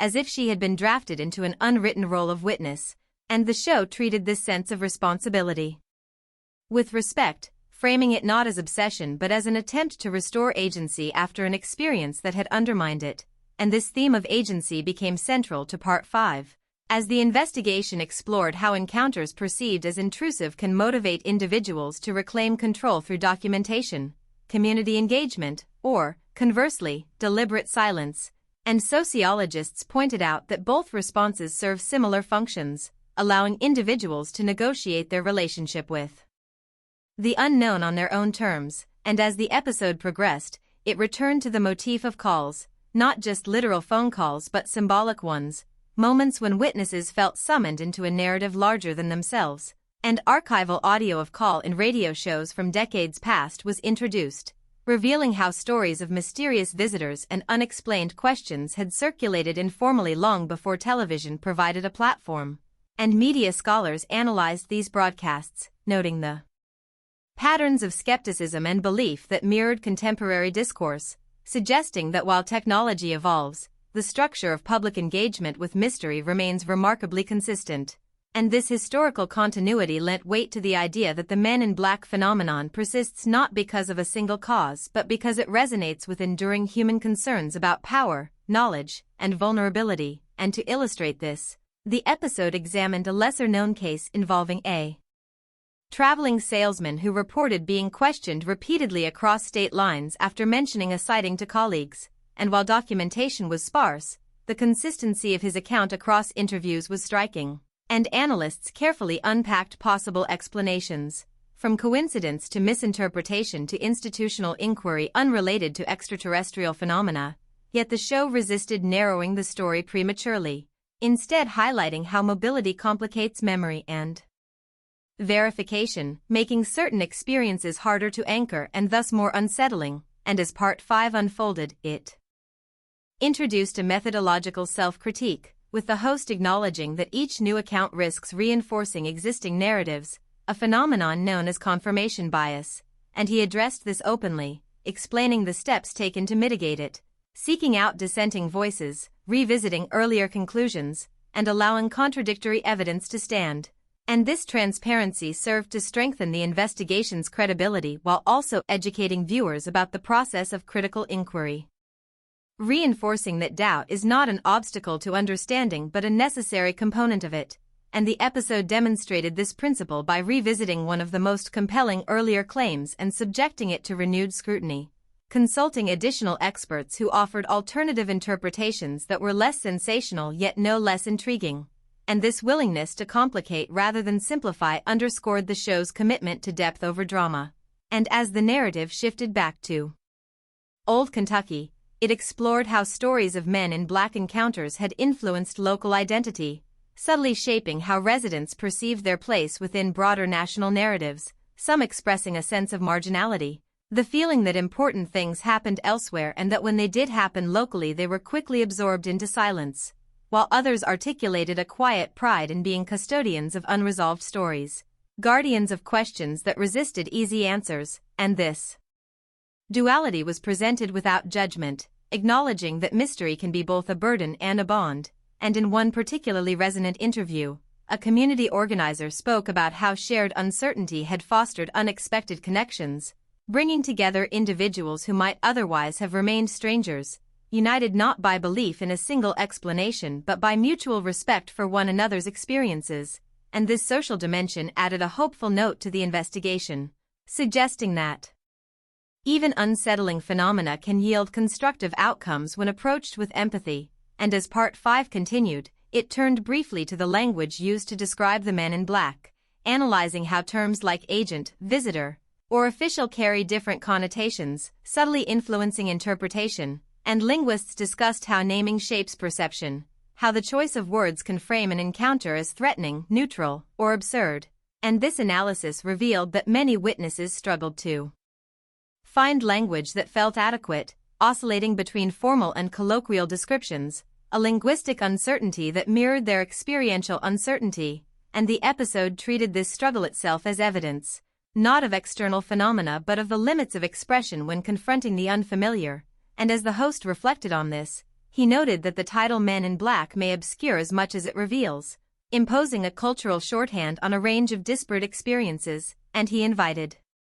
viewers to consider what might be lost when complex encounters are reduced to familiar labels, and this invitation marked a subtle turning point, encouraging a more nuanced engagement with the material, and as the episode approached its conclusion, it returned to the emotional core of the investigation, focusing on how living with unanswered questions shapes long-term outlook, with several witnesses describing a shift toward philosophical acceptance, a recognition that not all experiences yield closure, and that seeking meaning does not always require resolution, and mental health professionals emphasized that this acceptance can be a healthy adaptation, allowing individuals to integrate uncertainty without being overwhelmed by it, and this perspective reframed the phenomenon not as a source of ongoing distress but as a catalyst for introspection, and the final sequence of Part 5 embodied this reframing visually, showing a group of residents gathered at dusk for a community event.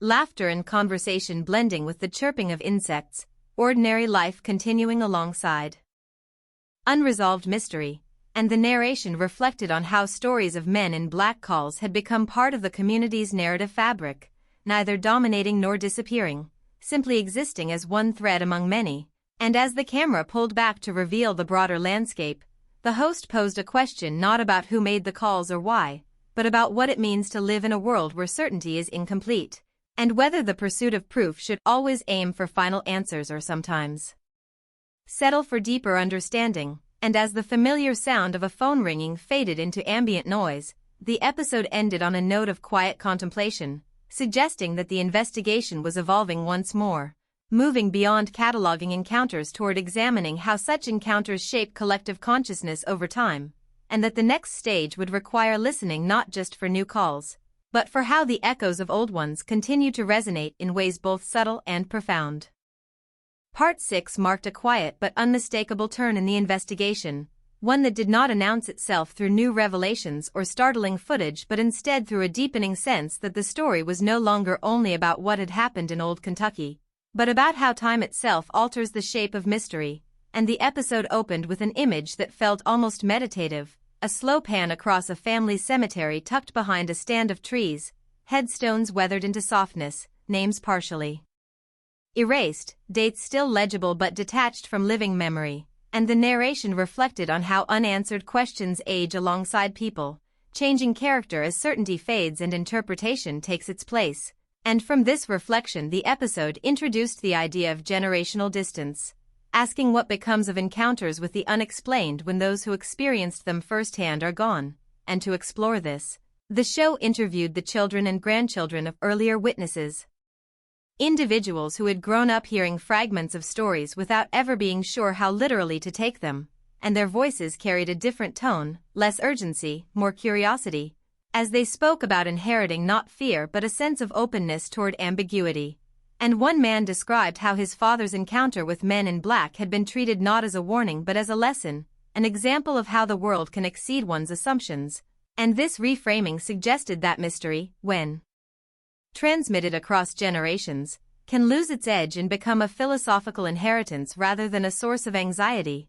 And the episode lingered on this transformation, suggesting that time itself acts as a filter, stripping away immediate emotional intensity while preserving thematic significance.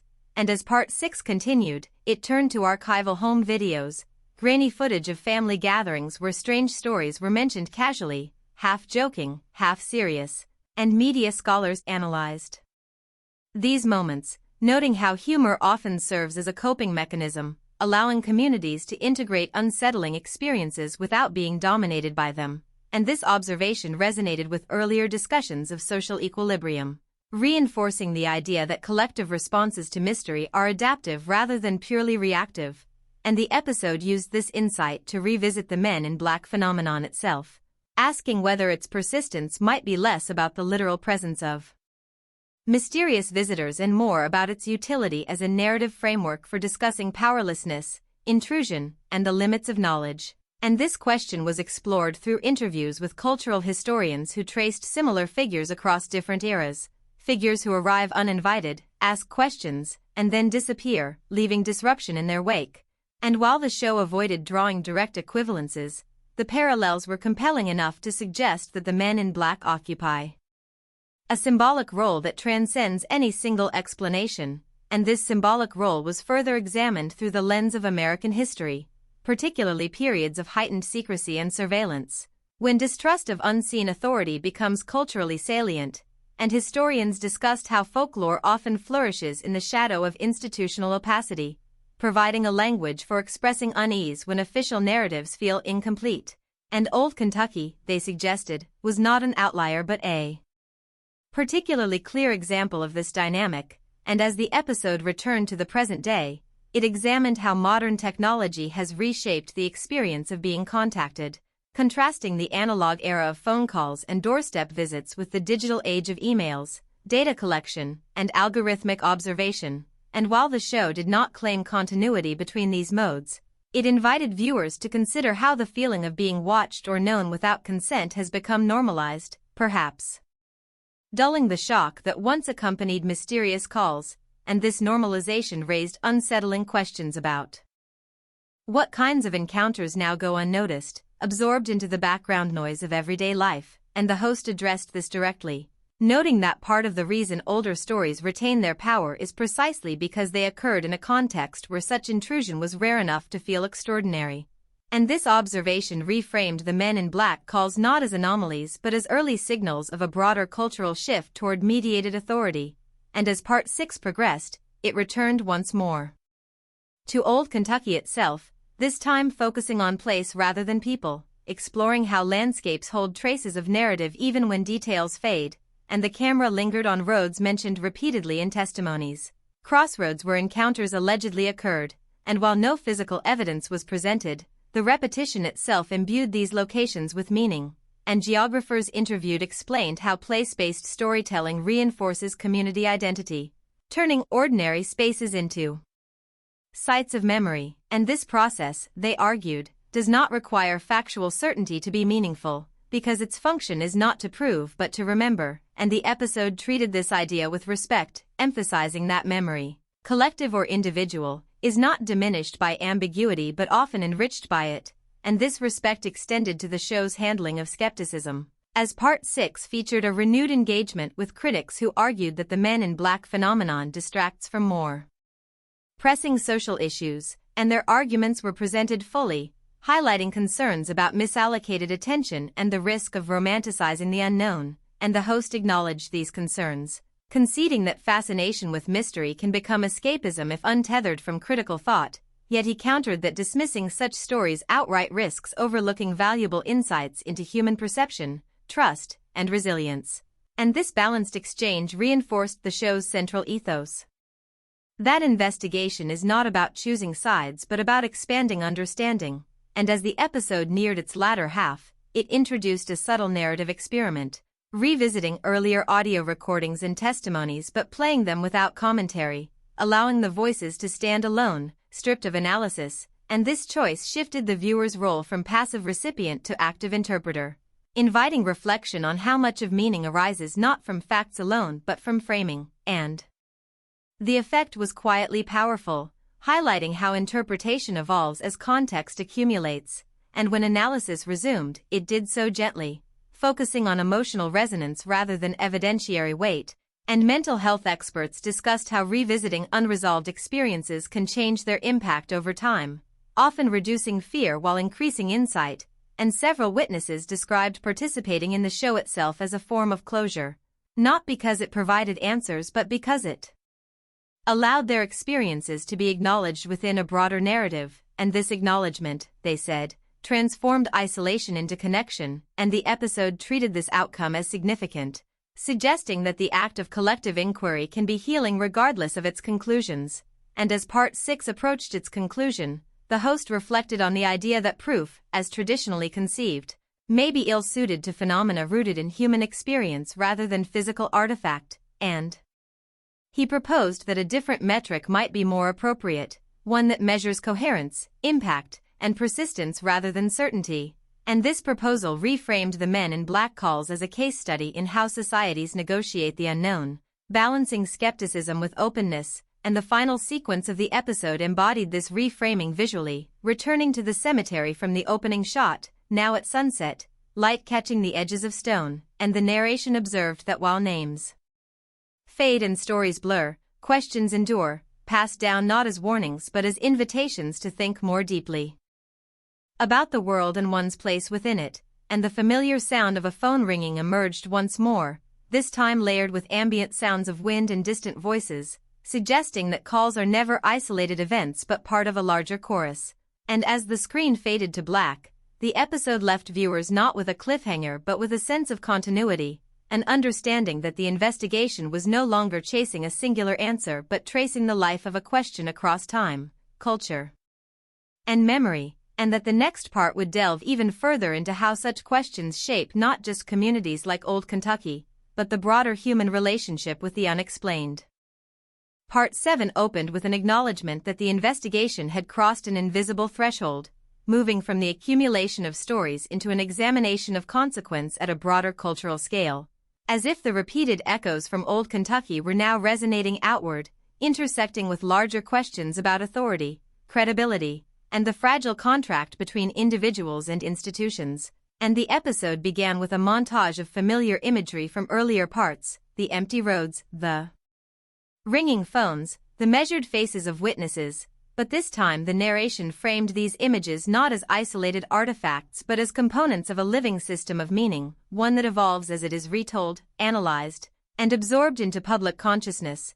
And from this foundation the episode introduced a new line of inquiry, how stories like those of the Men in Black migrate beyond their place of origin and become part of a shared cultural vocabulary, shaping expectations even for those who have never experienced anything similar. And media theorists discussed how repetition across formats, radio, television, internet forums, creates a feedback loop in which certain motifs gain symbolic weight independent of their factual basis. And this process, they argued, does not invalidate the original experiences but transforms them, turning personal encounters into collective reference points. And the show illustrated this transformation by examining contemporary reports submitted by viewers who framed their own unexplained experiences explicitly through the language of Men in Black encounters, describing visitors or communications that matched the archetype more than any specific historical account. And analysts carefully unpacked these submissions, noting how cultural templates can guide interpretation, yet the episode avoided dismissing them as derivative, instead suggesting that the persistence of the template itself is worthy of examination, because it reveals what kinds of experiences people are most prepared to notice and remember, and this preparedness became a central theme, as psychologists explained how expectation shapes perception, not in a simplistic sense of imagining what one wants to see, but through the selective attention that filters sensory input, and this explanation was presented alongside interviews with witnesses who insisted that their encounters predated any knowledge of Men in Black lore, reinforcing the complexity of causation, and the episode resisted the temptation to resolve this tension, instead allowing it to remain as a productive friction between individual memory and cultural narrative. And as Part 7 progressed, it returned to the ethical dimension of inquiry, focusing on how institutions respond when confronted with persistent yet unproven claims, and a former public relations officer discussed the strategies commonly employed to manage ambiguity, neither confirming nor denying, redirecting attention, emphasizing normalcy, approaches that can inadvertently reinforce suspicion by appearing evasive, and this analysis reframed the Men in Black phenomenon once more, suggesting that even if no mysterious agents ever existed, institutional behavior itself might generate the conditions under which such stories thrive, and this perspective was explored through historical case studies unrelated to extraterrestrial claims. Instances where official silence or partial disclosure fueled speculation, demonstrating that mystery often grows in the absence of transparent communication, and Old Kentucky was positioned as a microcosm of this dynamic, a place where limited access to authoritative information intersected with strong oral traditions, creating fertile ground for enduring narratives, and the episode treated this intersection not as a flaw but as a feature of human society, highlighting how storytelling functions as a means of sense-making when formal explanations feel insufficient, and as the narrative deepened, it introduced the concept of narrative ownership, asking who has the right to define what a story means, the witness, the investigator, the audience, or the broader culture, and this question was explored through a roundtable discussion with contributors from earlier parts, witnesses, skeptics, and experts, whose differing perspectives revealed how meaning shifts depending on positionality, and the show allowed moments of disagreement to stand without resolution, emphasizing that consensus is not always possible or even desirable, and this openness extended to a critical examination of the show itself, with the host acknowledging that by selecting, editing, and framing stories, the program inevitably shapes interpretation, and he addressed this responsibility directly, outlining the editorial choices made and the reasons behind them, a level of reflexivity that reinforced the show's credibility while also complicating the viewer's role, inviting them to consider their own participation in the construction of meaning, and as Part 7 continued, it turned to the economic dimension of mystery, examining how narratives of the unexplained are commodified, from books and documentaries to tourism and merchandise.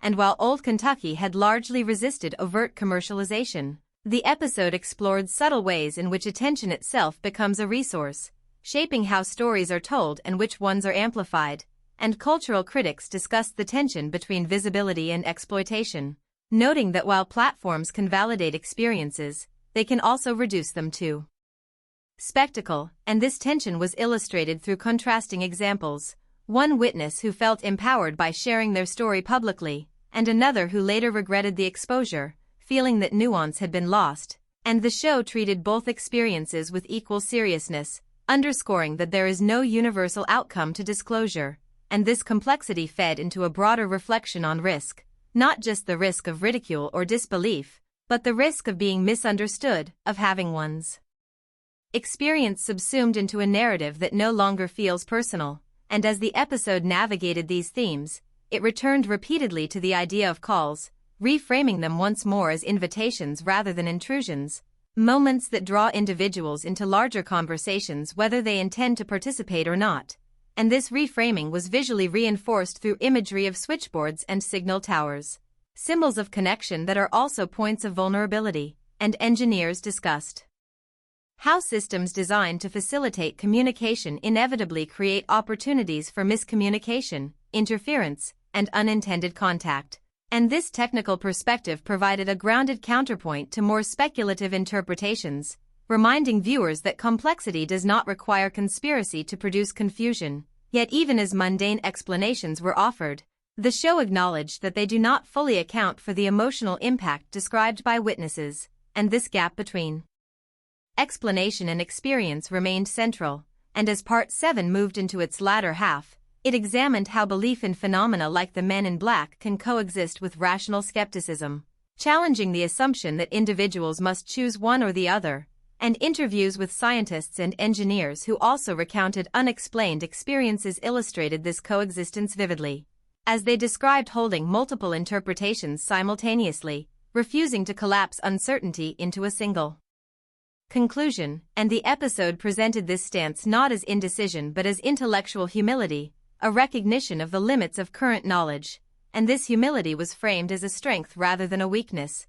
aligning with the show's broader ethos, and as the narrative drew closer to Old Kentucky once more, it explored how the community itself had changed over the course of the investigation, with residents becoming more open in discussing previously taboo topics, not necessarily embracing a single explanation but acknowledging shared uncertainty, and community leaders spoke about the value of this openness, noting that it had fostered dialogue about other issues as well, from local governance to historical preservation, suggesting that confronting one mystery can open space for addressing others. And this ripple effect was presented as an unexpected outcome of the Men in Black calls, illustrating how narratives can catalyze broader social reflection. And as the host reflected on this development, he emphasized that the goal of the investigation was never to arrive at a definitive answer but to model a way of engaging with the unknown that is respectful, critical, and humane, and this modeling became explicit in a segment where viewers' questions were addressed, not with certainty but with transparency about what is known, what is not, and why certain questions remain open, and this honesty reinforced the idea that mystery is not a failure of inquiry but a condition of it, and as Part 7 approached its conclusion, the episode returned to a quiet visual motif, a phone booth standing and used at the edge of town, glass reflecting the sky, and the narration observed that while technology has rendered such booths obsolete, the act of calling remains deeply human, a reaching out across distance in search of response. And this observation tied together the many threads explored thus far: communication, authority, memory, culture, and uncertainty, and the familiar ringing sound emerged again, but this time it was layered with multiple voices, snippets of earlier testimonies overlapping softly, creating a chorus rather than a single call. And the episode suggested that the true significance of the Men in Black phenomenon lies not in identifying who made the calls, but in recognizing how many people are still answering them in different ways, through stories, analysis, skepticism, and reflection. And as the screen faded to black, the sense was not of a mystery deepening but of a conversation widening, preparing the ground for the next stage of inquiry, one that would look beyond Old Kentucky entirely and ask how such narratives function on a national, even global, scale, and whether the proof that is out there might ultimately tell us more about ourselves than about any external visitors. Part 8 began by deliberately stepping outside the familiar geography of Old Kentucky, not to abandon it, but to better understand it by contrast, as the investigation expanded outward to examine how similar narratives surfaced in distant places with different histories, economies, and cultural assumptions. And the episode opened with a sequence of maps slowly unfolding across the screen. Lines tracing from rural America to small towns in Europe, remote regions of South America, and sparsely populated areas of Asia, while the narration emphasized that the goal was not to claim universality but to explore resonance, to ask why stories of mysterious callers, unannounced visitors, and authoritative questioning appear in environments that share little on the surface. And this global turn immediately reframed the Men in Black phenomenon, positioning Old Kentucky as one node in a much larger network of human experience. And from this perspective, the episode introduced its first international case, a quiet farming community far removed from American media influence, where residents reported being questioned by unfamiliar men following sightings of unexplained aerial activity. And the similarities in tone rather than detail were striking. The emphasis on calm authority, the lack of clear identification, the request for discretion, and experts carefully noted both parallels and divergences, cautioning against collapsing distinct cultural contexts into a single narrative, yet acknowledging that certain structural elements repeated often enough to merit attention, and anthropologists weighed in on this repetition, suggesting that when communities encounter events that challenge existing frameworks of understanding, they often generate figures that embody the tension between the known and the unknown, and these figures, while shaped by local imagery, serve comparable psychological functions, mediating fear, uncertainty, and curiosity, and this lens allowed the Men in Black to be understood not solely as literal entities but as adaptive symbols that emerge at the boundary of explanation, and the episode balanced this symbolic interpretation with continued attention to material details. examining police reports, witness statements, and contemporaneous records from these international cases, highlighting where documentation aligned and where it diverged. And this methodological rigor reinforced the show's commitment to investigation rather than speculation. Even as the scope widened, and as Part 8 progressed, it returned to the theme of communication, focusing on how the medium through which contact occurs shapes its impact. And media historians discussed how earlier eras privileged face-to-face encounters and phone calls, while more recent reports involved digital communication, emails, messages, unexplained data access. And the episode explored how these newer forms often feel less dramatic yet more invasive, blurring the line between ordinary administrative contact and perceived intrusion. And witnesses described the unease of receiving messages that referenced information they had never knowingly shared, an unease that echoed earlier accounts despite the technological difference, suggesting continuity at the level of experience even as form changes. And the show carefully avoided attributing these modern cases to a single cause, instead presenting them as part of an evolving landscape of interaction between individuals and complex systems. And this evolution prompted a reflective segment on how trust is negotiated in an age of invisible infrastructure, where authority often manifests not through uniforms and badges but through automated processes and opaque networks. And sociologists argued that narratives like the Men in Black persist because they offer a personalized face to otherwise abstract forces, translating diffuse power into recognizable figures. And this argument was illustrated through interviews with younger witnesses who explicitly framed their experiences in terms of systems rather than beings, yet still reached for familiar metaphors to describe how it felt to be known without consent. And this generational shift added nuance to the investigation, showing how the same underlying anxieties adapt to new contexts. And as the episode continued, it turned inward again, revisiting old Kentucky with fresh perspective informed by these global comparisons. And residents reflected on how hearing similar stories from elsewhere altered their understanding of their own experiences, some feeling validated by the resonance, others unsettled by the implication that whatever they encountered was not unique, and this ambivalence was treated as significant, highlighting how meaning shifts when stories are situated within a broader frame. And the episode explored this shift through the concept of scale, noting that phenomena can feel more manageable when localized but more threatening when perceived as widespread. And psychologists discussed how scaling up a narrative can amplify both fascination and anxiety. And this discussion dovetailed with a critical examination of media amplification, examining how repeated exposure can normalize extraordinary claims or, conversely, desensitize audiences. And the host acknowledged this tension directly, questioning how to present such material responsibly without either inflating fear or diminishing genuine curiosity. And this self-questioning reinforced the show's reflexive stance, reminding viewers that investigation is not neutral but shaped by choices and values. And as Part 8 unfolded further, it introduced a segment on counter-narratives, voices from cultures where unexplained encounters are interpreted not as intrusions but as communications to be integrated into spiritual or communal frameworks. And these perspectives offered a stark contrast to the Men in Black archetype, emphasizing guidance over surveillance, relationship over control. And while the show did not suggest equivalence, it used these contrasts to highlight how cultural context profoundly shapes interpretation. And this realization circled back to old Kentucky, where religious and spiritual traditions coexist with skepticism in complex ways, influencing how stories are told and received. And the episode illustrated this complexity through interviews with local faith leaders who spoke about discernment, humility, and the acceptance of mystery, framing unexplained experiences not as threats but as reminders of human limitation. And this framing added yet another layer to the investigation, showing that the same event can generate radically different meanings depending on interpretive lens.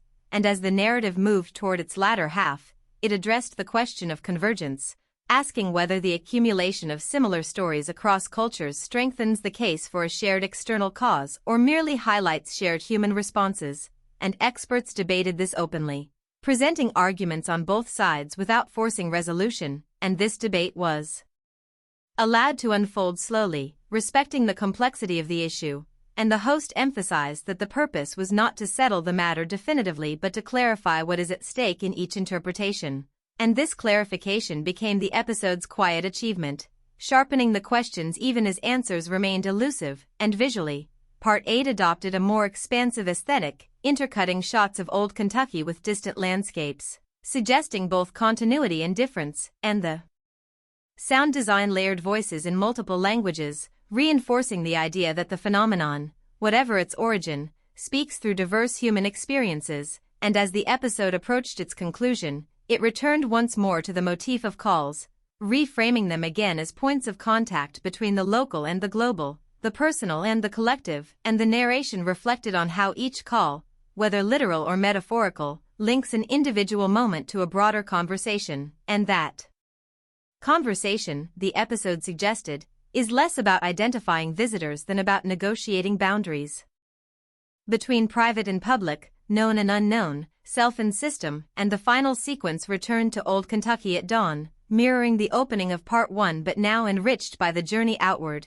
and the host observed that while the landscape had not changed, the context had, and that understanding is always shaped by what we choose to compare and connect.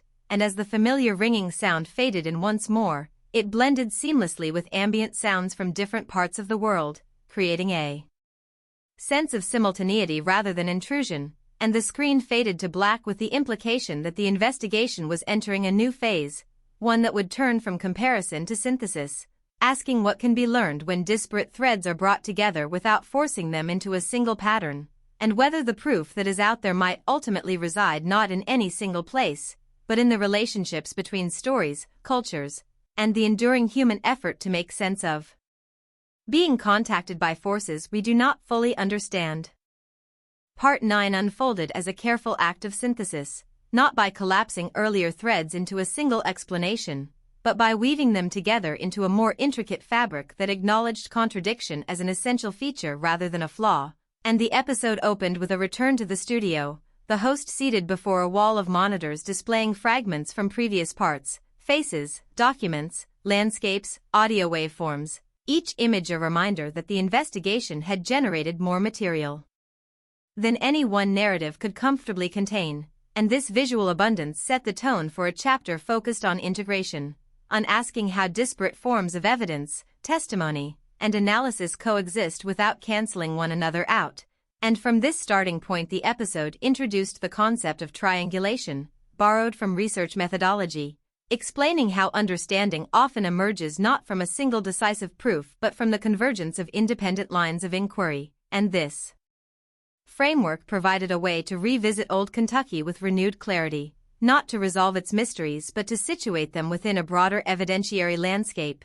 And the episode began this process by mapping earlier accounts onto timelines, noting clusters of reports that coincided with periods of social transition, economic uncertainty, or technological change, and historians emphasized that correlation does not imply causation, yet they also argued that context shapes perception, influencing which events are noticed, remembered, and reported. And this contextual layering reframed the Men in Black calls as events embedded in lived history rather than isolated anomalies. And as Part 9 progressed, it returned to primary sources, re-examining the declassified correspondence and phone records introduced earlier, this time alongside newly uncovered materials that, while still inconclusive, added texture to the record, memos referencing unusual civilian inquiries, routing notes without clear justification, language that hovered between bureaucratic routine and deliberate vagueness, and analysts walked viewers through these documents line by line,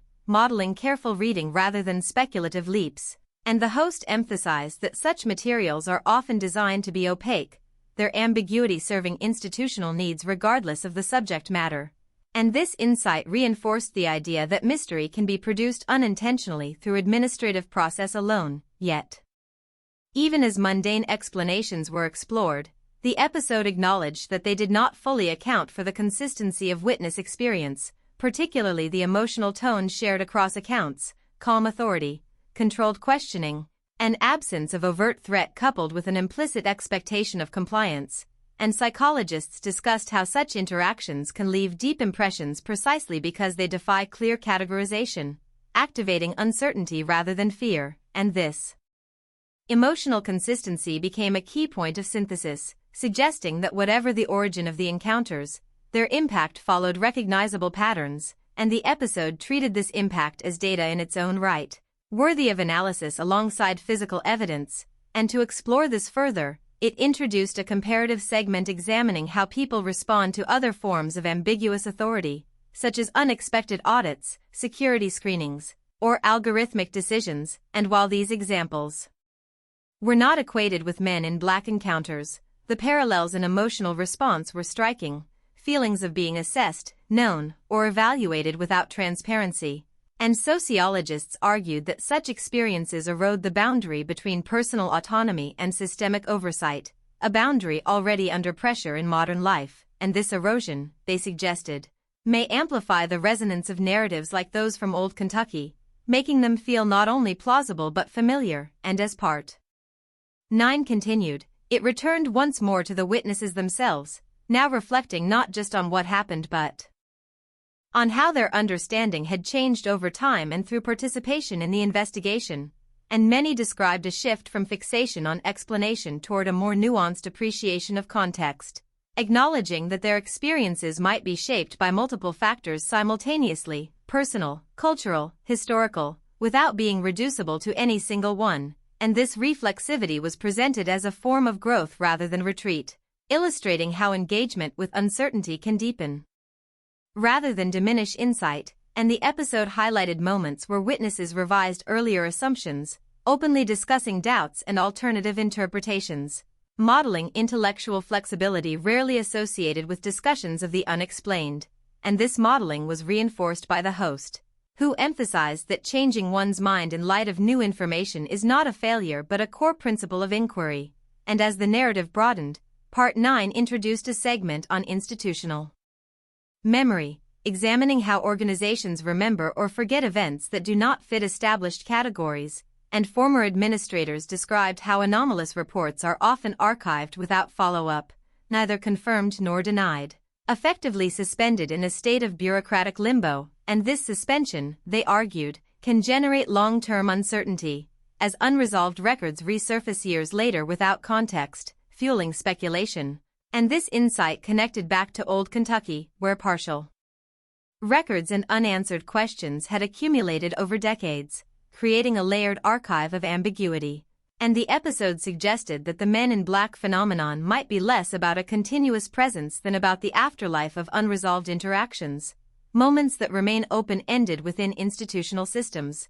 And this idea was explored through visual metaphor, footage of file rooms, shelves stretching into darkness, folders labeled but unopened, and the narration reflected on how archives are not neutral repositories but active shapers of narrative, determining what is remembered, what is forgotten, and what remains perpetually uncertain. And as Part 9 progressed, it turned to the role of technology in mediating memory, examining how digitization both preserves and distorts, making certain records more accessible while stripping them of original context. And experts discussed how digital fragments can circulate widely, detached from their provenance, reinforcing narratives without providing resolution. And this dynamic was illustrated through online forums where snippets of Old Kentucky stories had been shared, reinterpreted, and sometimes exaggerated. And the show treated these spaces with nuance, acknowledging their role in democratizing inquiry while also highlighting the risk of amplification without verification. And the host addressed viewers directly, encouraging critical engagement rather than passive consumption, reminding them that participation in such narratives carries responsibility as well as curiosity.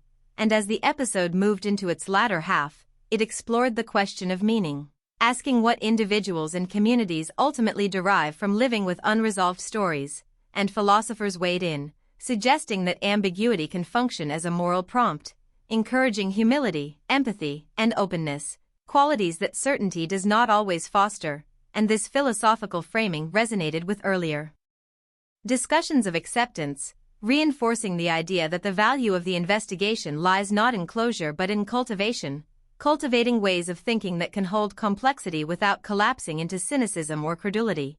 And this cultivation was illustrated through scenes of dialogue, community forums, informal conversations sparked by the show, where residents debated interpretations respectfully, acknowledging differences without demanding consensus, and the episode presented these scenes as evidence of a healthy public sphere, one in which mystery becomes a catalyst for conversation rather than division, and this outcome was framed as significant, especially in a media landscape often driven by polarization, and as Part 9 approached its conclusion, it returned to the central motif of calls, synthesizing earlier interpretations into a multifaceted symbol, calls as literal communications, as institutional inquiries, as cultural invitations, as personal reckonings, and the narration suggested that what unites these meanings is the act of response, the moment when an individual decides how to answer. Whether with silence, curiosity, skepticism, or engagement, and this decision, the episode argued, is where agency resides, regardless of the caller's identity, and the host reflected on how Old Kentucky's story had evolved from a set of isolated reports into a shared exploration of response, demonstrating that while individuals cannot always control what happens to them, they can shape how it is integrated into their lives and communities, and the final sequence of Part 9 embodied this theme.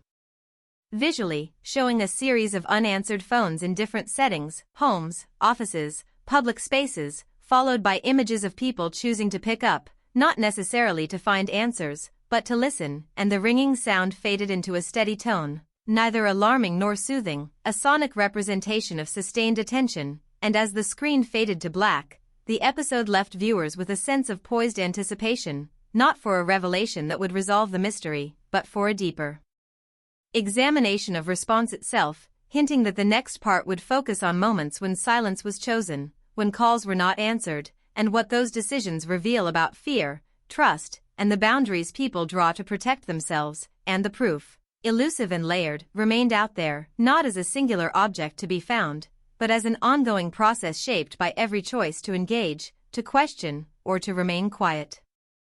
Part 10 shifted the focus decisively toward absence, toward the deliberate choice not to answer, not to respond, not to pursue, framing silence not as a void but as an action with its own structure and consequences, and the episode opened with a quiet montage that contrasted sharply with earlier imagery of ringing phones and urgent voices, showing instead empty rooms, disconnected lines, unanswered letters stacked in drawers, and the host's narration established silence as the central subject of inquiry, asking why some witnesses in Old Kentucky chose disengagement while others leaned into investigation, and what these divergent responses reveal about human psychology, trust, and self-preservation. And from the outset the episode emphasized that silence is rarely passive, often emerging from complex calculations of risk, fatigue, social pressure, and intuition, and to ground this exploration, the narrative returned to several early witnesses whose stories had appeared only briefly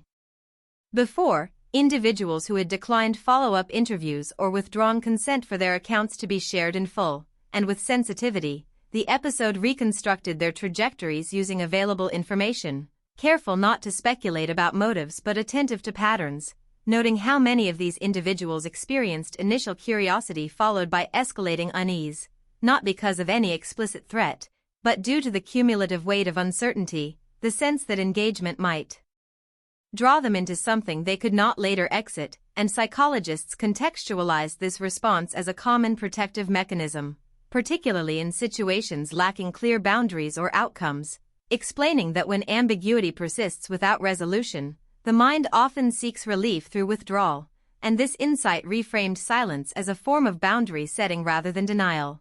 And the episode expanded this analysis by examining cultural narratives around speaking up versus staying quiet, highlighting how Western discourse often valorizes disclosure, transparency, and confrontation, while overlooking the legitimacy of restraint, and anthropologists contributed examples from other societies where silence is treated as wisdom, respect, or strategic patience, and this comparative perspective challenged assumptions that non-participation equates to fear or complicity, suggesting instead that silence can be a rational adaptation to environments perceived as uncontrollable, and this theme resonated strongly with Old Kentucky's history, where economic vulnerability and tight-knit social structures have long shaped norms around discretion, and longtime residents spoke candidly about the costs of visibility, explaining how drawing attention, especially from outside institutions, has historically carried risks ranging from social stigma to bureaucratic scrutiny, and these testimonies added a crucial layer of context,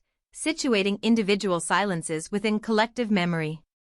And as Part 10 progressed, it examined silence from the institutional side as well, analyzing how organizations choose not to respond, not to clarify, not to correct, and former officials described how non-response is often a calculated strategy, allowing ambiguity to dissipate interest over time, and the episode traced how unanswered inquiries related to Old Kentucky gradually lost momentum, not because they were resolved, but because persistence requires energy and resources that most individuals cannot sustain indefinitely, and this asymmetry between institutional endurance and individual capacity emerged as a key insight, illustrating how silence can function as power, shaping outcomes without overt action. And the host underscored that this dynamic does not require conspiracy, only structural imbalance, and the episode supported this claim through historical examples unrelated to the Men in Black narrative, demonstrating how unanswered questions in various domains, environmental hazards, administrative errors, unexplained audits, often fade from public attention through inertia alone, and this broader framing reinforced the idea that silence is woven into the fabric of modern governance, not as an anomaly but as a routine tool. And yet, the episode was careful to avoid cynicism, emphasizing that silence can also protect institutions from premature conclusions or harmful speculation. And legal scholars explained how restraint is sometimes ethically necessary when information is incomplete or sensitive. And this duality complicated any attempt to assign moral valence to silence itself, positioning it instead as a neutral instrument whose impact depends on context and intent. And returning to the personal level, Part 10 introduced a deeply reflective segment featuring witnesses who initially chose silence but later reconsidered, sharing how time altered their relationship to the experience. And many described a gradual shift from avoidance to integration, not driven by new evidence but by changes in life circumstances, distance from the original event, or a growing sense that their silence no longer served them. And these narratives highlighted the temporal dimension of response, suggesting that engagement and withdrawal are not fixed positions but phases that individuals move through. And the episode treated these transitions with care, avoiding any implication that speaking out is inherently superior, instead framing change as adaptive, responsive to evolving internal and external conditions. And this temporal framing extended to the community level, where the episode examined how collective silence can persist for generations before surfacing through art, storytelling, or inquiry. And historians pointed to moments when Old Kentucky's past, including episodes unrelated to the Men in Black phenomenon, emerged long after their occurrence, catalyzed by shifts in cultural norms or technological platforms. And this historical pattern suggested that silence stores energy rather than erasing it, holding experiences in reserve until conditions allow expression. And this metaphor of stored energy became a recurring motif, visually represented through images of sealed containers, dormant seeds, and slow accumulating pressure. And as Part 10 deepened its exploration, it addressed the emotional cost of silence, acknowledging that while withdrawal can be protective, it can also isolate. And mental health professionals discussed how unprocessed ambiguity may resurface as anxiety, rumination, or distrust, particularly when individuals feel alone in their experience. And the episode balanced this with testimonies from those who found peace through silence, emphasizing that outcomes vary widely, and that the impact of silence cannot be predicted solely by the nature of the event but by the support structures available to the individual. And this emphasis on support led into a segment examining informal networks in Old Kentucky, family ties, friendships, community rituals that provide spaces for partial disclosure, allowing individuals to share without public exposure. And these micro spaces of communication were presented as alternatives to both total silence and full revelation, illustrating a spectrum of response rather than a binary choice. And as the narrative approached its later stages, Part 10 returned to the symbolic dimension of unanswered calls, reframing them not as failures of communication but as mirrors reflecting personal thresholds. And the host reflected on how each unanswered ring marks a moment of decision, often made quickly, intuitively, shaped by past experiences and future fears. And philosophers expanded on this idea, suggesting that such moments reveal core values more clearly than prolonged deliberation, and that choosing not to answer can be an assertion of self-definition, a declaration of what one is willing to engage with, and this philosophical framing resonated with earlier discussions of agency, reinforcing the idea that power lies not only in action but in refusal, and the episode illustrated this through a poignant sequence juxtaposing archival footage of unanswered phones with contemporary interviews, voices describing the relief of setting limits, the sadness of unresolved curiosity, the quiet satisfaction of choosing oneself over certainty, and this emotional complexity underscored the episode's central claim that silence is multifaceted, capable of harm and healing simultaneously. And as Part 10 moved toward its conclusion, it examined how silence shapes narrative itself, noting how gaps invite interpretation, projection, and myth-making, and media scholars explained how absence of information often generates more stories rather than fewer, as audiences seek to fill voids, and this dynamic was linked back to the enduring fascination with men in black narratives, suggesting that what sustains them is not evidence alone but the fertile space created by what is not said, and the episode cautioned viewers against rushing to fill these spaces with definitive answers, encouraging instead a tolerance for incompleteness. And the final moments of Part 10 return to the image of the phone, now unplugged, resting quietly, and the narration reflected on the paradox that silence can both close and open possibilities, closing certain lines of inquiry while opening space for reflection, recovery, and reorientation, and the host hinted that the next part would turn attention to moments when silence is broken unexpectedly, when after long periods of quiet, a voice returns, bringing not clarity but new questions, and the proof, still out there, would be examined through the lens of interruption, of what happens when silence ends not by choice but by disruption, and as the screen faded, the tone remained contemplative rather than suspenseful, inviting viewers to sit with their own unanswered calls, considering not what they missed, but what they chose. Part 11 emerged as a study of interruption, of the moments when long-held quiet is fractured not by deliberate choice but by an unexpected return, and the episode opened with an abrupt tonal shift that immediately distinguished it from the contemplative stillness of the previous part, beginning not with silence but with sound, a sudden ring cutting through an otherwise muted soundscape. And the host's voice entered calmly, almost gently, framing interruption as a rupture that carries its own emotional logic, one that differs profoundly from both engagement and withdrawal, because interruption denies preparation, forcing response before reflection can settle. And from this starting point the episode traced several cases from old Kentucky where, after years or even decades of silence, witnesses received renewed contact, not always from the same sources as before, but in forms that echoed earlier experiences closely enough to reopen dormant questions, and these moments were described with meticulous care, emphasizing sensory detail, the familiar cadence of a voice, the oddly formal phrasing, the feeling of temporal collapse as past and present seemed to overlap, and psychologists explained that such experiences can reactivate memory networks with surprising intensity, making old emotions feel immediate and unresolved, and this reactivation, they noted, often destabilizes coping strategies built around avoidance or acceptance,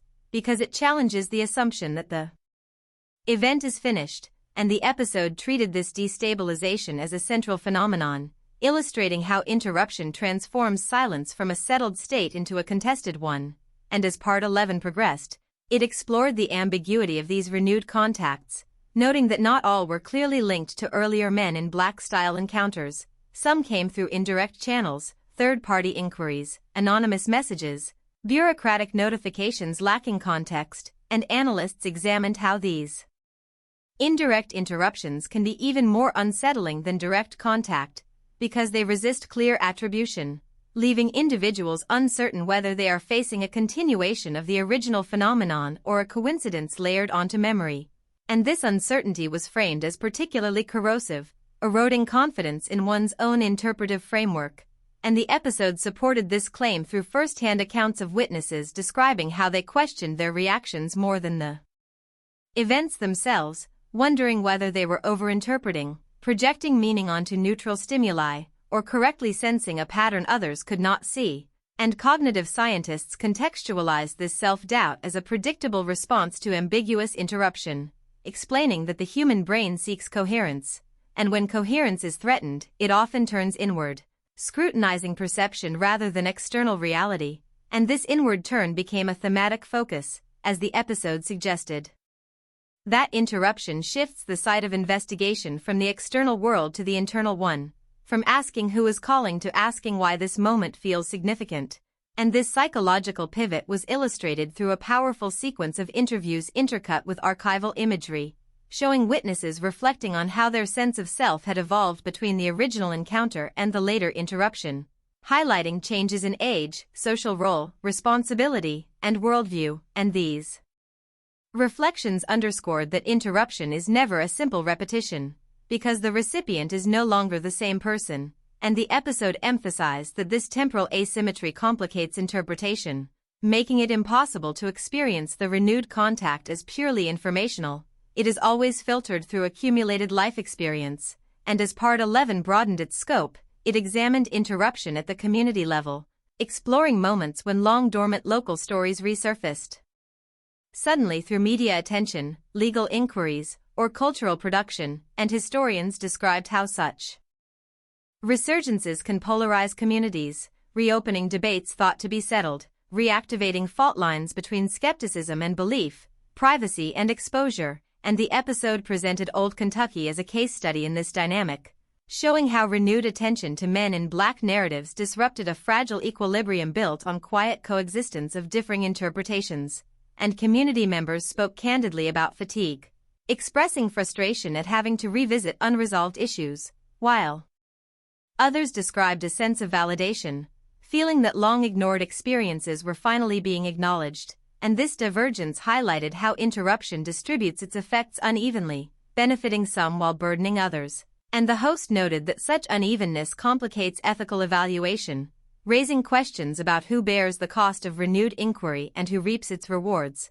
and this ethical dimension became more pronounced as the episode turned to institutional interruptions, examining how official actions, reopening files, issuing statements, releasing partial information, can reignite public interest without providing closure, and former officials reflected on the difficulty of deciding when to break silence, acknowledging that transparency can sometimes generate more confusion rather than resolve it, and the episode analyzed several examples where delayed disclosure altered interpretation, not because the information itself was extraordinary, but because the timing imbued it with significance, and this insight reinforced the idea that interruption is as much about when something happens as about what happens, and the episode linked this temporal sensitivity to the psychology of surprise, explaining how unexpected information carries disproportionate weight, shaping narrative memory more strongly than anticipated events, and as Part 11 continued, it explored the notion of interruption as invitation, suggesting that while disruptive, renewed contact can also create openings for re-engagement on different terms, and some witnesses described using the interruption as an opportunity to renegotiate boundaries, asking questions they had previously avoided, seeking clarification, or consciously reframing the experience within a broader life narrative. And these accounts were presented not as triumphs but as experiments, attempts to reclaim agency in a situation defined by uncertainty, and the episode emphasized that such attempts do not guarantee resolution, but they can alter the emotional trajectory of the experience, shifting it from intrusion to dialogue, even if that dialogue remains incomplete. And this theme of renegotiation was mirrored in a segment examining how narratives themselves adapt after interruption, showing how stories told after renewed contact differ in tone and structure from earlier versions, often incorporating reflexive commentary, acknowledging uncertainty, and situating events within a longer arc. And narrative theorists explained that interruption forces stories to evolve, preventing them from settling into static myths, and this evolution, they argued, keeps narratives alive but also unsettled, resisting closure. And the episode framed this resistance as both challenging and valuable, because it prevents premature certainty, and as the narrative moved toward its latter stages, Part 11 addressed the emotional aftermath of interruption, focusing on the period after renewed contact fades, when individuals are left to process its impact, and mental health professionals described this phase as particularly vulnerable, because it combines reactivated memory with renewed absence, a double loss that can intensify feelings of instability.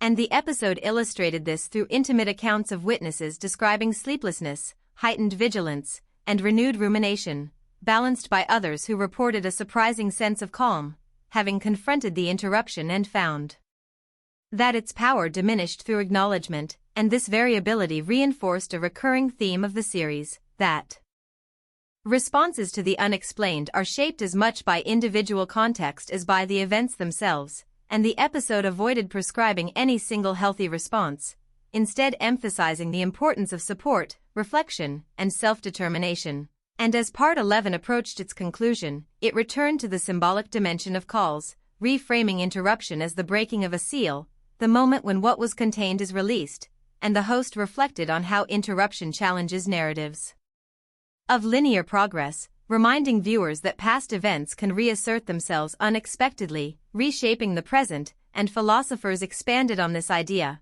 suggesting that interruption reveals the illusion of closure, exposing how unresolved questions persist beneath the surface of everyday life.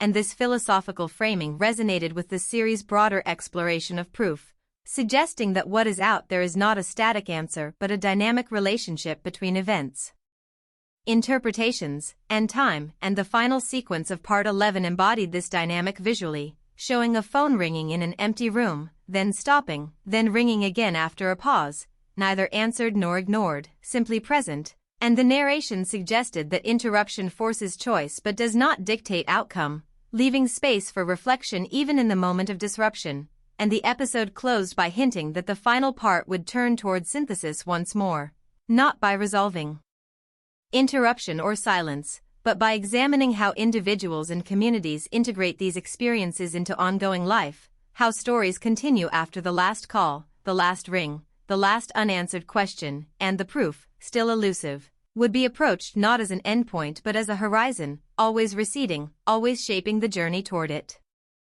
Part 12 functioned not as a conclusion in the traditional sense, but as an act of integration, an exploration of what remains after silence, interruption, inquiry, and speculation have all run their course. And the episode opened with a measured return to the present moment, grounding the narrative firmly in the now rather than in the unresolved past, with the host standing in a quiet Kentucky landscape at dawn, light slowly revealing details that were invisible only moments before. And this visual metaphor established the tone immediately, suggesting that understanding often emerges gradually, not through sudden revelation but through sustained attention. And from this opening, the episode framed its purpose clearly, not to answer the mystery of the men in black calls definitively, but to examine how individuals and communities live forward with experiences that resist closure. And this framing allowed the narrative to shift from investigation to reflection without abandoning rigor. And the episode revisited key witnesses one final time, not to extract new details, but to ask how the experience now fits into their lives, years later. And these conversations revealed a striking diversity of outcomes. Some individuals described the encounters as pivotal moments that reshaped their worldview permanently, others as strange footnotes that receded into the background as new responsibilities emerged, and a few as unresolved presences that continue to surface in moments of stress or introspection. And psychologists contextualize this diversity by explaining that meaning is not inherent in events but constructed over time, influenced by personality, social support, and narrative framing. And this insight reinforced one of the series' central themes, that the power of unexplained phenomena lies as much in interpretation as in occurrence. And the episode emphasized that interpretation is not static, it evolves as people age, as cultures change, as new information becomes available or old assumptions lose relevance. And this temporal fluidity became a key organizing principle of Part 12, as the narrative examined how old Kentucky itself has changed since the earliest reports, economically, demographically, technologically, and how these changes have altered the way stories are told and received. And longtime residents reflected on how what once felt isolating now feels shareable, mediated through digital platforms and broader conversations about uncertainty, surveillance, and authority. And this shift was presented neither as progress nor loss, but as transformation, carrying new possibilities and new risks. And as the episode widened its lens, it examined the legacy of the men in black narrative within the cultural imagination, analyzing how it has migrated from localized accounts into a broader symbolic vocabulary. And media scholars discussed how such narratives persist because they are adaptable, capable of absorbing new anxieties, while retaining a recognizable core, and this adaptability, they argued, explains why similar stories appear across different regions and eras, not as evidence of a single hidden force, but as reflections of recurring human concerns about power, knowledge, and the limits of transparency. And this analytical move allowed the episode to honor the specificity of Old Kentucky's experiences while situating them within a wider human pattern, and the host was careful to stress that recognizing patterns does not invalidate individual testimony, but rather contextualizes it, offering a way to hold personal truth alongside collective analysis.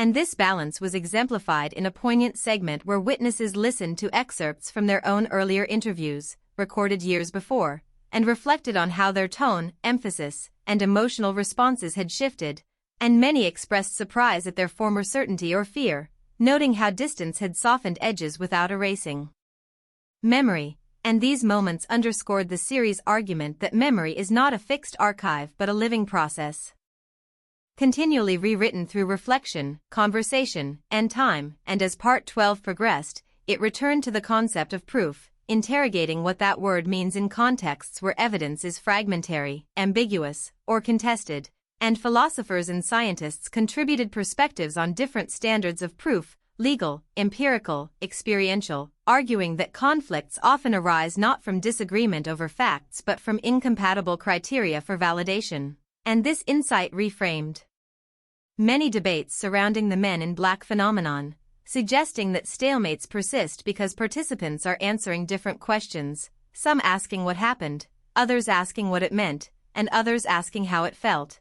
And the episode proposed that these questions need not be reconciled into a single answer to coexist productively, and this coexistence became the ethical core of the final part, as the host reflected on the responsibility of storytellers, investigators, and audiences when engaging with the unexplained, emphasizing the need to avoid exploitation, sensationalism, or coercive skepticism, and advocating instead for a posture of respectful curiosity, one that acknowledges uncertainty without weaponizing it. And this ethical stance was reinforced through discussions of consent, privacy, and narrative ownership, highlighting how individuals have the right to define the role their experiences play in public discourse, including the right to withdraw, reinterpret, or remain ambiguous. And this emphasis resonated with earlier explorations of silence and interruption, bringing the series full circle by affirming agency as the central through line.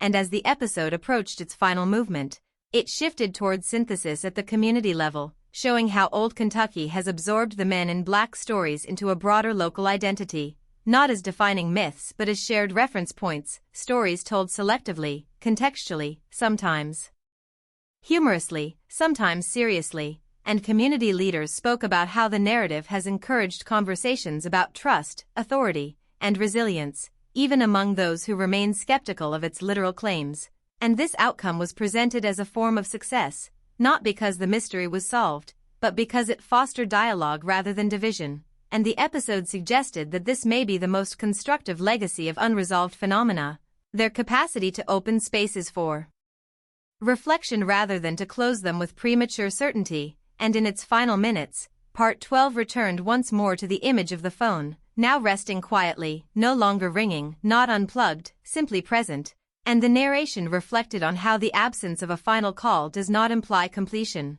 but continuity, life moving forward with unanswered questions integrated rather than eradicated. And the host addressed viewers directly, acknowledging the desire for definitive answers while gently challenging the assumption that closure is always necessary for meaning. And the final reflection proposed that proof, in this context, is not a destination but a practice, the ongoing effort to listen carefully, think critically, and respond ethically to experiences that stretch the boundaries of understanding. And as the screen faded to black, the tone was neither ominous nor triumphant, but grounded, contemplative, and open-ended, leaving viewers not with an answer, but with an invitation to consider how they themselves live with uncertainty, how they answer or do not answer the calls that interrupt their lives, and how meaning is constructed not from certainty alone, but from the choices made in its absence. And the proof, still out there, remained not as an unresolved puzzle demanding solution, but as a mirror reflecting the ways people seek, resist, and ultimately shape understanding over time.